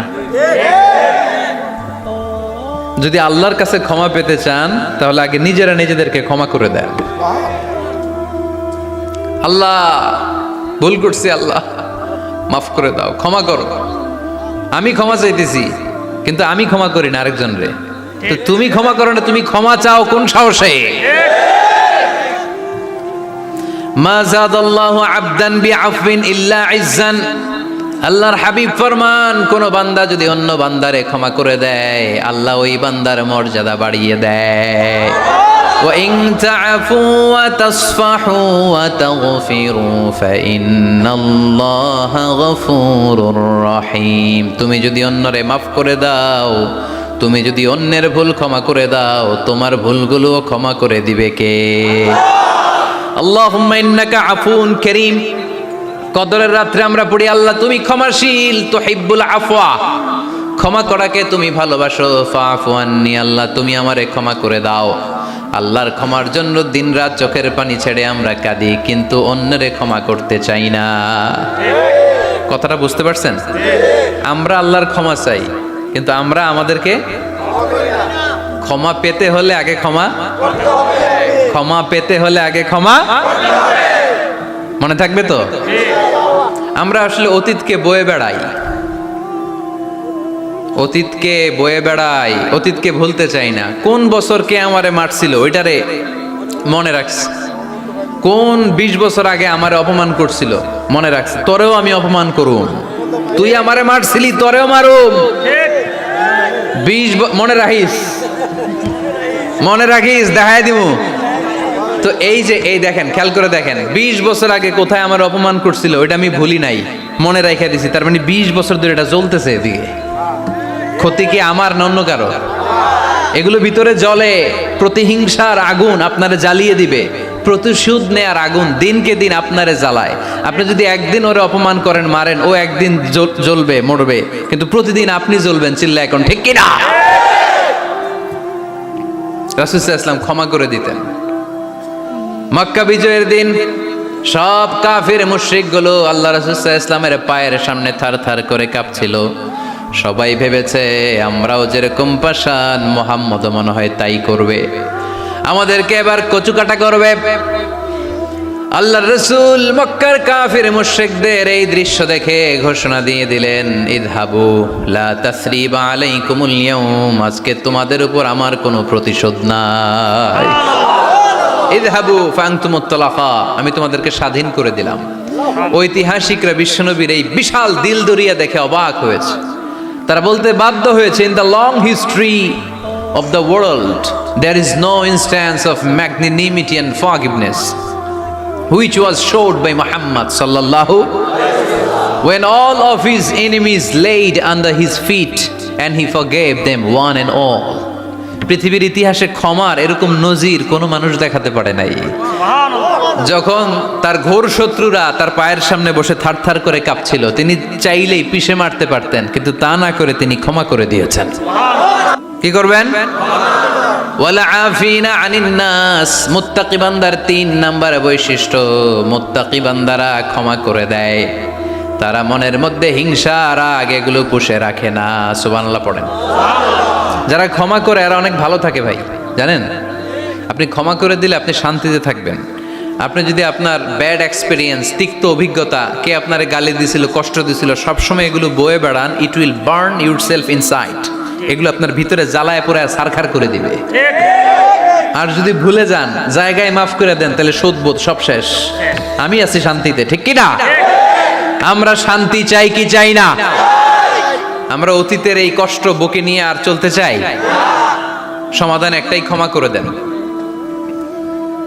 স্ট্যামফোর্ড ইউনিভার্সিটি, ক্যালিফোর্নিয়ার স্ট্যামফোর্ড ইউনিভার্সিটির একজন প্রফেসর ফ্রেডরিক লাস্কিন, ওনার একটা আর্টিকেল আমি পড়েছি। ওখানে উনি গবেষণা চালিয়েছেন, অনেক মানুষের মধ্যে গবেষণা চালিয়ে দেখেছেন যে যারা অন্যের ক্ষমা করতে পারে না এদের রোগ বালাই বেশি, কষ্ট বেশি, আর যারা সহজে ক্ষমা করে দেয় এরা সবসময় শান্তিতে থাকে। এটা পরীক্ষিত, এটা ওনার একটা রিসার্চ। এরপর আমেরিকাতে একটা স্টেট আছে ম্যাসাচুসেট। এই ম্যাসাচুসেট জেনারেল হসপিটালে একজন পৃথিবী বিখ্যাত সাইকিয়াট্রিস্ট বসে, মনোবিজ্ঞানী, নাম হচ্ছে প্রফেসর হারবার্ট বেনসন। এই হারবার্ট বেনসন উনিও ওনার সব রোগীদেরকে দিয়ে একটা ফর্ম পূরণ করায়। সেখানে উনি কিছু কোশ্চেনার ছুড়ে দেয়, প্রশ্ন করে আর উত্তর নেয়। পরে জরিপ করে উনি দেখতে পেয়েছে ওনার যে সমস্ত রোগীরা মনের ভিতরে রোগ, এই রাগ, এই ক্ষোভ, এই হিংসা বিদ্বেষ এগুলো অন্তরে পুষে রেখেছে, এদের স্ট্রোক করার এবং হার্ট অ্যাটাক করার রেটিংটা বেশি। এরা মেন্টাল স্ট্রেসে ভোগে বেশি। আর যারা সহজে ক্ষমা করে দেয়, মাফ করে দেয়, এদের মধ্যে এই রোগ বালাই নাই। যেরকম সুবহানাল্লাহ। এজন্য আল্লাহ বললেন মুত্তাকিনদের 3 নাম্বার বৈশিষ্ট্য, মুত্তাকিনরা আল্লাহর কাছে যেমনি ক্ষমা চায় তারা নিজেরাও অন্যদেরকে তেমনি ক্ষমা করে দেয়। ওয়াল আফিনা আনিন নাস, আজকে থেকে আমরা মানুষের ক্ষমা করে দিব। কারো জন্য অন্তরে কোনো হিংসা বিদ্বেষ পুষে রাখা যাবে? অনেকে এগুলো ভুলতে চায় না, পেলে পুষে বড় করে আর ভিতরে খালি জ্বলে। ভিতরে কি করে? এই জ্বালাও পোড়াও আমরা বয়ে বেড়াতে চাই না। মুসনাদে আহমদ ইবনে হাম্বলের হাদিস, চমৎকার একটা ঘটনা। কানগুলো খরগোশের কানের মতো খাড়া করে শোনেন। আল্লাহ রাসূল সাল্লাল্লাহু আলাইহি ওয়াসাল্লাম কোন একটা মজলিসে একজন আনসারী সাহাবীর ব্যাপারে ঘোষণা দিল, বলল এখন যে সাহাবী এসে বসবে সে সাহাবী জান্নাতি। আনসারী সাহাবী এসে বসলো, সবাই তো অবাক, আমাদের কারো ব্যাপারে বিশ্বনবী এই কথা বলল না, এই আনসারী সাহাবী জান্নাতি। আবার কয়েকদিন পরে আরেকটা মজলিসে বিশ্বনবী আবার ঘোষণা দিলেন, এই মুহূর্তে এমন একজন সাহাবী এসে এইখানে বসবে, এই সাহাবীটা জান্নাতি। সবাই খেয়াল করে দেখলো, আগের মজলিসে যেই লোকটাকে বিশ্বনবী জান্নাতি বলে ঘোষণা দিয়েছে, আজকেও ওই সাহাবী এসে ওই জায়গায় বসেছে। তৃতীয় দিন আবার বিশ্বনবী বললেন, এখন একজন সাহাবী এখানে এসে বসবে, সে জান্নাতি। সবাই খেয়াল করে দেখলো, ওই সাহাবীটাই আবার এসে বসেছে। সবাই অবাক, কি আজীব, কি আছে এই সাহাবীর মধ্যে, যে সাহাবীর ব্যাপারে খুদ বিশ্বনবী 3 বার ঘোষণা দিলেন যে সে জান্নাতি। সবচেয়ে বেশি অবাক হয়েছিলেন সাইয়েদনা আব্দুল্লাহ ইবনে আমর ইবনে আস। মনে মনে ভাবলেন, এটা তো চারটেখানে কোনো কথা না, বিশ্বনবীর অ্যানাউন্সমেন্ট। দুনিয়ার বুকে বিশ্বনবী 3 বার এই আনসারী সাহাবীকে জান্নাতি বলে ঘোষণা দিয়েছে, নিশ্চয়ই এই সাহাবীর এমন বিশেষ কোনো আমল আছে, এমন বিশেষত্ব আছে যেটা আমাদের মধ্যে নাই। যেমন করেই হোক এই সাহাবীর ভেতরের সব খবর আমার জানতে হবে।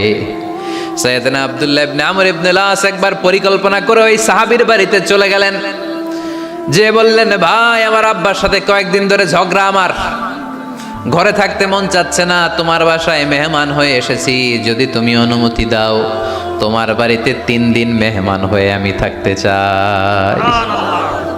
কখন এই আনসারী সাহাবী কি করে, 1 দিন 2 দিন 3 দিন পর্যন্ত ফলো করার পরে সাইয়েদনা আব্দুল্লাহ ইবনে আমর ইবনে আস এমন কোনো বিশেষ আমল এই সাহাবীর মধ্যে খুঁজে পায় নাই। 3 দিন গভীরভাবে পর্যবেক্ষণ, অবজারভেশনের পরে বিশেষ কোনো আমল ওনার চোখে পড়ে নাই। এবার 3 দিন পরে তো চলে যাবার পালা, ঠিক কিনা? এবার তিনি সোজা সাপটা আনসারী সাহাবীর কাছে যে ভিতরের কথা খুলে বলে ফেললেন। বললেন, ও ভাই, আসলে আমার বাবার সাথে এমন বড় কোনো ঝগড়া আমার হয় নাই যে কারণে বাড়ি থেকে বের হয়ে তোমার মেহমান আমার হওয়া লাগবে। আমি বিশেষ এক উদ্দেশ্যে এসেছি। কি উদ্দেশ্য? আব্দুল্লাহ ইবনে আমর ইবনে আস এবার বলতে আরম্ভ করলেন, আমরা খেয়াল করেছি 3টা মজলিসে বিষ্ণু ঈসা ইসলাম তোমাকে জান্নাতি বলে ঘোষণা করেছে। তাই আমি জানার জন্য এসেছি তুমি এমন কি আমল করো যে কারণে বিশ্বনবী ঘোষণা দিলেন যে তুমি জান্নাতি। কি এমন বিশেষ আমল আছে তোমার, আমার একটু বলো, আমি ওই আমল করে জান্নাতি হতে চাই। আল্লাহু আকবার। এবার আনসারী সাহাবী মুখ খুললেন, উনি বললেন, ও ভাই আব্দুল্লাহ ইবনে আমর ইবনে আস, এমন কোনো বিশেষ আমল আমার নাই। হালাল পন্থায় রুজি করি, ব্যবসা করি, নামাজের সময় নামাজ পড়ি, রাতে এসে ঘুমিয়ে যাই, ফজরের আগ দিয়ে উঠে তাহাজ্জুদ পড়ি, সময় মতো জিকির আজকার করি, কোরআন তেলাওয়াত করি, কিছু দান সদকা করি। সবাই যা করে আমিও তাই করি, স্পেশাল কোনো আমল আমার জীবনে নাই। তবে আব্দুল্লাহ ইবনে আমর ইবনে আস শুনে রাখো, একটা কাজ আমি প্রতি রাতে করি, হয়তোবা এ কারণেও বিশ্বনবী আমার ব্যাপারে এমন ঘোষণা দিতে পারে। আব্দুল্লাহ বললেন, ও আনসারী সাহাবী, কি কাজ তুমি করো? এবার আনসারী সাহাবী বলতে লাগলেন, প্রতি রাতে যখন আমি আমার বিছানায় ঘুমোতে যাই, আমি কারো ব্যাপারে কোনো রাগ, কোনো হিংসা, কোনো ক্ষোভ অন্তরে নিয়ে ঘুমাতে যাই না। ওই দিন যার সাথে যা হয়েছে সবাই রে মাফ করে দিয়ে মিটমাট করে একটা প্রশান্ত অন্তর নিয়ে আমি বিছানায় ঘুমাতে যাই। ওই দিনে কেউ আমার গালি দিছে, কেউ আমার বকা দিছে, কেউ আমার বিরুদ্ধে মিছিল করছে, উল্টা পাল্টা যে যাই করুক না কেন, আমি কিচ্ছু মনে রাখি না। আবি ইলা ফিরাশি, আমি এমন ভাবে আমার বিছানায় যাই, ওয়ালাইসা ফি কলবি হিকদুন আলা আহাদ, এমন অবস্থায় আমি শুয়ে পড়ি যে আমার হৃদয়ে কারো ব্যাপারে আমার হৃদয়ে কোনো ক্ষোভ নাই, কোনো হিংসা নাই, কোনো অহংকার নাই, সব রাগ ক্ষোভ ভুলে গিয়ে সবাইকে ক্ষমা করে দিয়ে আমি বিছানায় ঘুমাতে যাই। এজন্য বিশ্বনবী এই সাহাবীকে তিনটা মজলিসের ভরা মজলিসের মধ্যে জান্নাতি বলে ঘোষণা করেছে। এই হাদিস থেকে শিক্ষা হলো, আমরাও যদি প্রতি রাতে বিছানায় ঘুমোতে যাওয়ার আগে সবাই রে মাফ করে দিয়ে মনের যত ক্ষোভ জ্বালা যন্ত্রণা আছে সব ভুলে যে বিছানায় ঘুমাতে পারি, এই সাহাবীর মতো আমাদেরকেও জান্নাতি হিসেবে কবুল করবে কে? পারবেন আজকে থেকে? ইনশাআল্লাহ। বিছানায় যাওয়ার আগে কি করবেন? আজকে সবাই রে মাফ করে দিব। যে আমার উপর জুলুম করছে ওই বিচার আল্লাহ করবে। কে কি বললো ওটা দেখার দরকার নাই। কারো ব্যাপারে কোনো ক্ষোভ, কোনো তিক্ত অভিজ্ঞতা, জ্বালা যন্ত্রণা অন্তরে রাখবেন? রাখলে লাভ না লস? এটা আরো জ্বালা দিবে আমারে, এটা আরো ভেতর থেকে কষ্ট দিবে। It will burn me inside, ভিতরে জ্বালিয়ে পুড়িয়ে শেষ করে দিবে। এগুলো বয়ে বেড়াতে চাই না আমি সব মাফ করে দিতে চাই। চিল্লায় বলো ঠিক কি না? এজন্য আল্লাহ বললেন, আমার মুত্তাকিন বান্দাদের 3 নাম্বার বৈশিষ্ট্য, তারা অন্যের প্রতি রাগ ক্ষোভ অন্তরে পুষে রাখে না। অন্তরে রাগ ক্ষোভ জ্বালা পেলে পুষে রাখে না, বরং সবাইকে মুত্তাকি বান্দারা ক্ষমা করে দেয়। পারা যাবে? কি করবেন? ক্ষমা করব। কি করবেন? 3টা গেল, আর কয়টা? 2 মিনিটে শেষ করে দিবেন ইনশাআল্লাহ। মোট মুত্তাকিনদের বৈশিষ্ট্য কয়টা? হ্যাঁ, গেছে কয়টা? 1 নম্বরটা কি ছিল বলেন?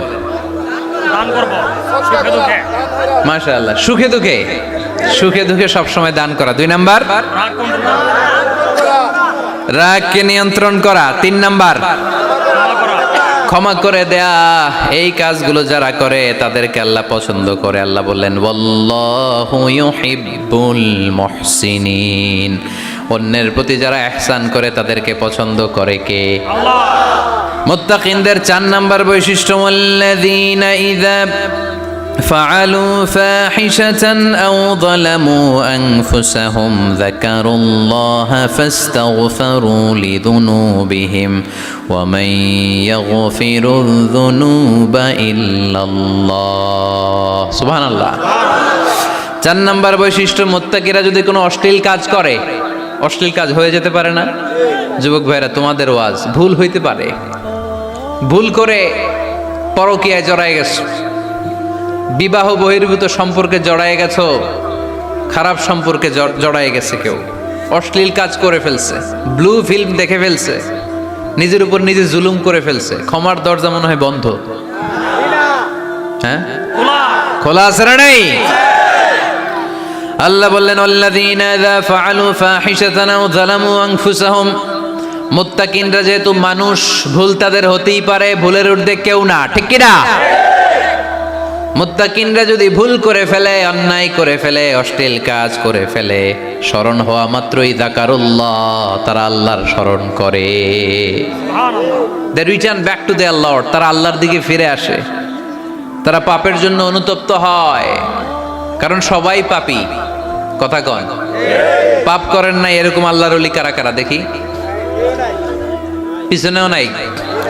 পৃথিবী না জানুক আমি তো জানি, পৃথিবী না জানুক আমি তো জানি, আমি কি পাপ করেছি হায়।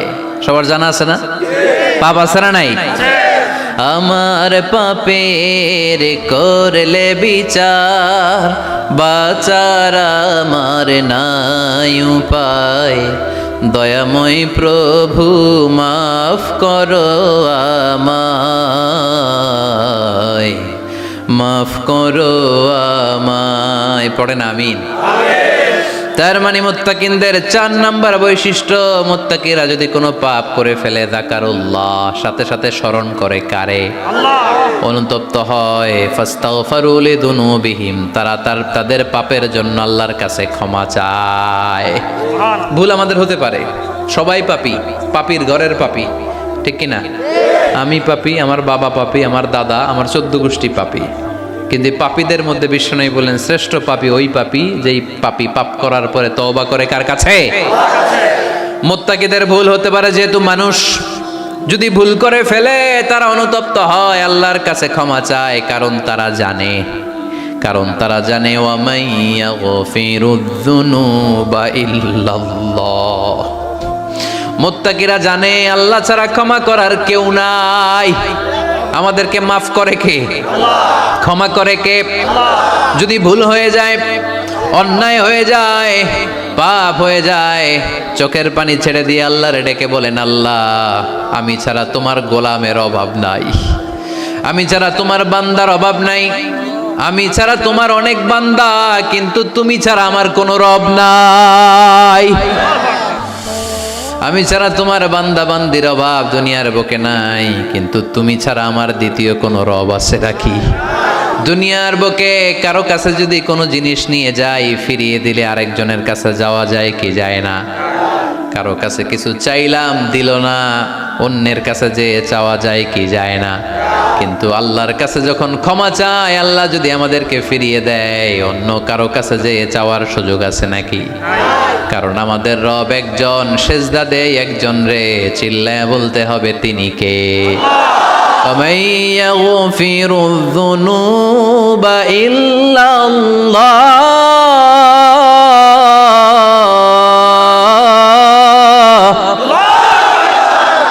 وَمَن يَغْفِرُ الذُّنُوبَ إِلَّا اللَّهُ। আল্লাহ ছাড়া গুনাহ ক্ষমা করার দ্বিতীয় কোনো মাবুদ আমাদের আছে নাকি? وَمَن يَغْفِرُ الذُّنُوبَ إِلَّا اللَّهُ। তিনি ছাড়া কে করবে আমাদের গুনার ক্ষমা? তিনি ছাড়া পাপ মোচন করার, পাপগুলো গুনাহগুলো ক্ষমা করে দেয়ার আর দ্বিতীয় কেউ। এজন্য আল্লাহ বললেন, আমার মুত্তাকি বান্দারা যদি ভুল করে ফেলে, অন্যায় করে ফেলে, আমার কাছে ক্ষমা চায়। আমার কাছে ক্ষমা চাইতে দেরি, আমি আল্লাহর ক্ষমা করতে দেরি হয় না। তাহলে পাপ হলে, ভুল করে অন্যায় করলে ক্ষমা চাবো কার কাছে? 4টা গুণের কথা বললাম, কয়টা?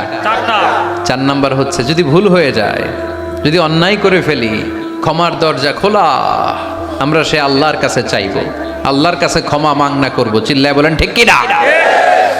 এরপরে 5 নম্বরে আল্লাহ বললেন, ওয়ালাম ইউসিররু আলা মা ফাআলু ওয়া হুম ইয়ালামুন। তারা জেনে শুনে ওই পাপ বারবার করবে না।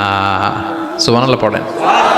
ভুল একটা হয়ে গেছে, ক্ষমা চাইলাম, সকালে খাদ্যে ভেজাল দিছি, বিকালে মাফ চাইলাম, আল্লাহ ভুল করে ফেলছি মাফ করে দাও। এরপরের দিন দোকানে যে আবার ভেজাল মিশাইলাম, আবার মাফ, এরপরের দিন আবার মাফ, আল্লাহ মাফ করবে? সকালবেলায় ওজনে কম দিলাম, বিকালে মাফ চাইলাম, আল্লাহ ভুল হয়ে গেছিল ক্ষমা করে দাও। এরপরের দিন দোকানে যে আবার ওজনে কম দিলাম, আবার রাত্রিবেলা মাফ চাইলাম, তারপরের দিন আবার কম দিলাম, আবার মাফ চাইলাম। এরকম করলে মাফ করবে নাকি? ওয়ালাম ইউসিররু আলা মা ফাআলু ওয়া হুম ইয়ালামুন। জেনে বুঝে ওই পাপ কাজ আর করবে না। কালে ভদ্রে 2 একবার ভুল অন্যায় পাপ হয়ে যেতে পারে, কিন্তু মুমিনরা কি ওটা কন্টিনিউ করে? মুত্তাকিনরা কি ওটা বারবার চালিয়ে যায়? বারবার চালালে এটা আল্লাহর সাথে গেম খেলা হয়, ঠিক কি না? সকালে আল্লাহ রেখে ওই একটা, বিকালে আজকে একটা, কালকে এমনটা করা যাবে? এজন্য আল্লাহ বললেন, আমার মুত্তাকি বান্দাদের 5 নম্বরে বৈশিষ্ট্য হলো ওয়ালাম ইউসিররু আলা মা ফাআলু ওয়া হুম ইয়ালামুন। ওয়ালাম ইউসিররু তাফসীর ইবনে কাসীরে এর তাফসীর এসেছে ওয়ালাম ইয়াস্তামিরু আলা মা ফাআলু হুম ইয়ালামুন, জেনে বুঝে যেই ভুল কাজ করে ফেলছে এটা বারবার করে না। এজন্য বারবার করা যাবে? মাফ চাওয়ার পরে ওই কাজ আর করব আমরা? এই 5টা কাজ যদি করি তাহলে মুত্তাকিদের কাতারে আমাদেরকে উঠায় দিবে কে? এজন্য আল্লাহ বললেন উলাইকা জাযাউহুম মাগফিরাতুম মির রাব্বিহিম ওয়া জান্নাতুন তাজরি মিন তাহতিহাল আনহারু খালিদিনা ফিহা ওয়া নি'মা আজরুল আমিলিন।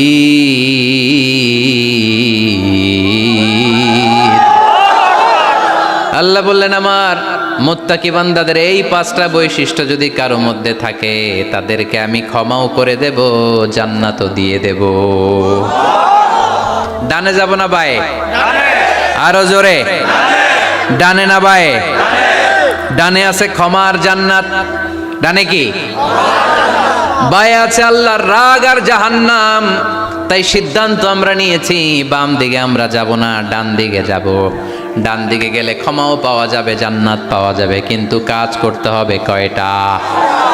1 নাম্বার সুখে দুঃখে দান করা, 2 নাম্বার রাগকে নিয়ন্ত্রণ করা, 3 নাম্বার মানুষকে ক্ষমা করা, 4 নাম্বার ভুল হলে আল্লাহর কাছে তওবা করা, 5 নাম্বার ওই পাপের কাজ বারবার না করা। ভুল একবার হতে পারে, 2বার হতে পারে, বারবার ভুল মুত্তাকিরা করে না, ঠিক কি না?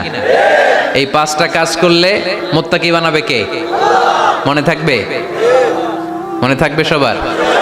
যেই কোনো অবস্থায় একটু দেয়ার অভ্যাস করা যাবে? রাগটার একটু নিয়ন্ত্রণ করা যায় না? করা যাবে?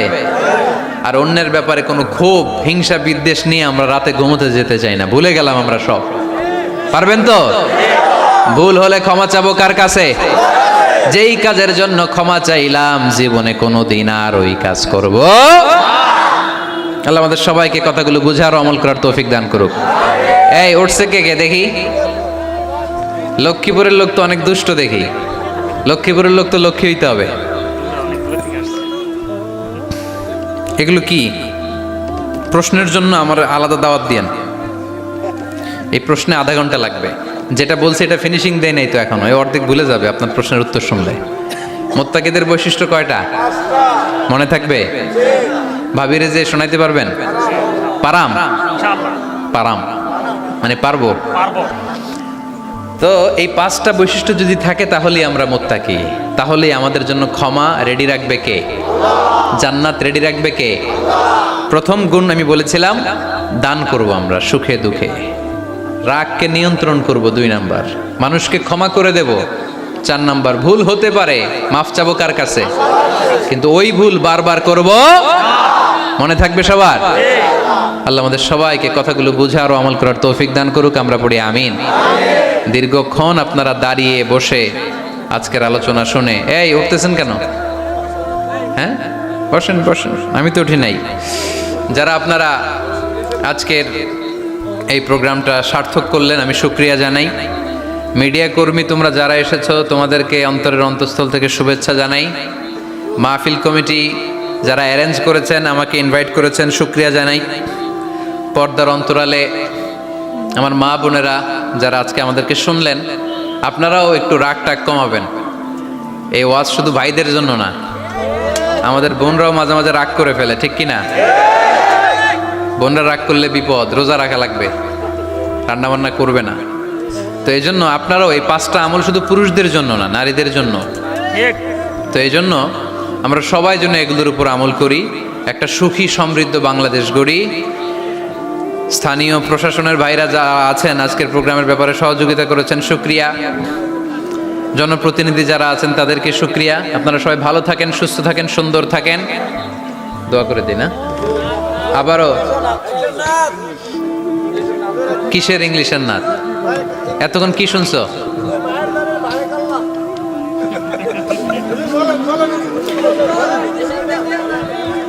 ফিনিশিংটা দিয়া যান।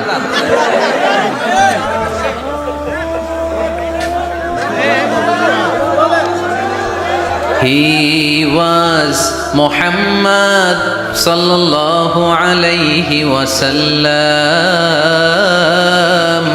Muhammad, mercy upon mankind, teacher of all mankind, Abul Qasim, Ya Habibi, Ya Muhammad, Ya Shafi'i, Ya Muhammad, Khairu Khalqillahi Muhammad, Ya Mustafa, Ya Imam al-Mursalin, Ya Mustafa, Ya Shafi'i al-Alamina. He taught us to be just and kind, and to feed the poor and hungry, help the wafer and the orphan child, and to not be cruel and miserly. His speech was soft and gentle, like a mother stroking her child. His mercy and compassion were most radiant when his smile was Muhammad sallallahu alayhi wasallam. Muhammad, mercy upon mankind, teacher of all mankind, Abul Qasim, Ya Habibi, Ya Muhammad, Ya Shafi'i, Ya Muhammad, Khairu Khalqillah.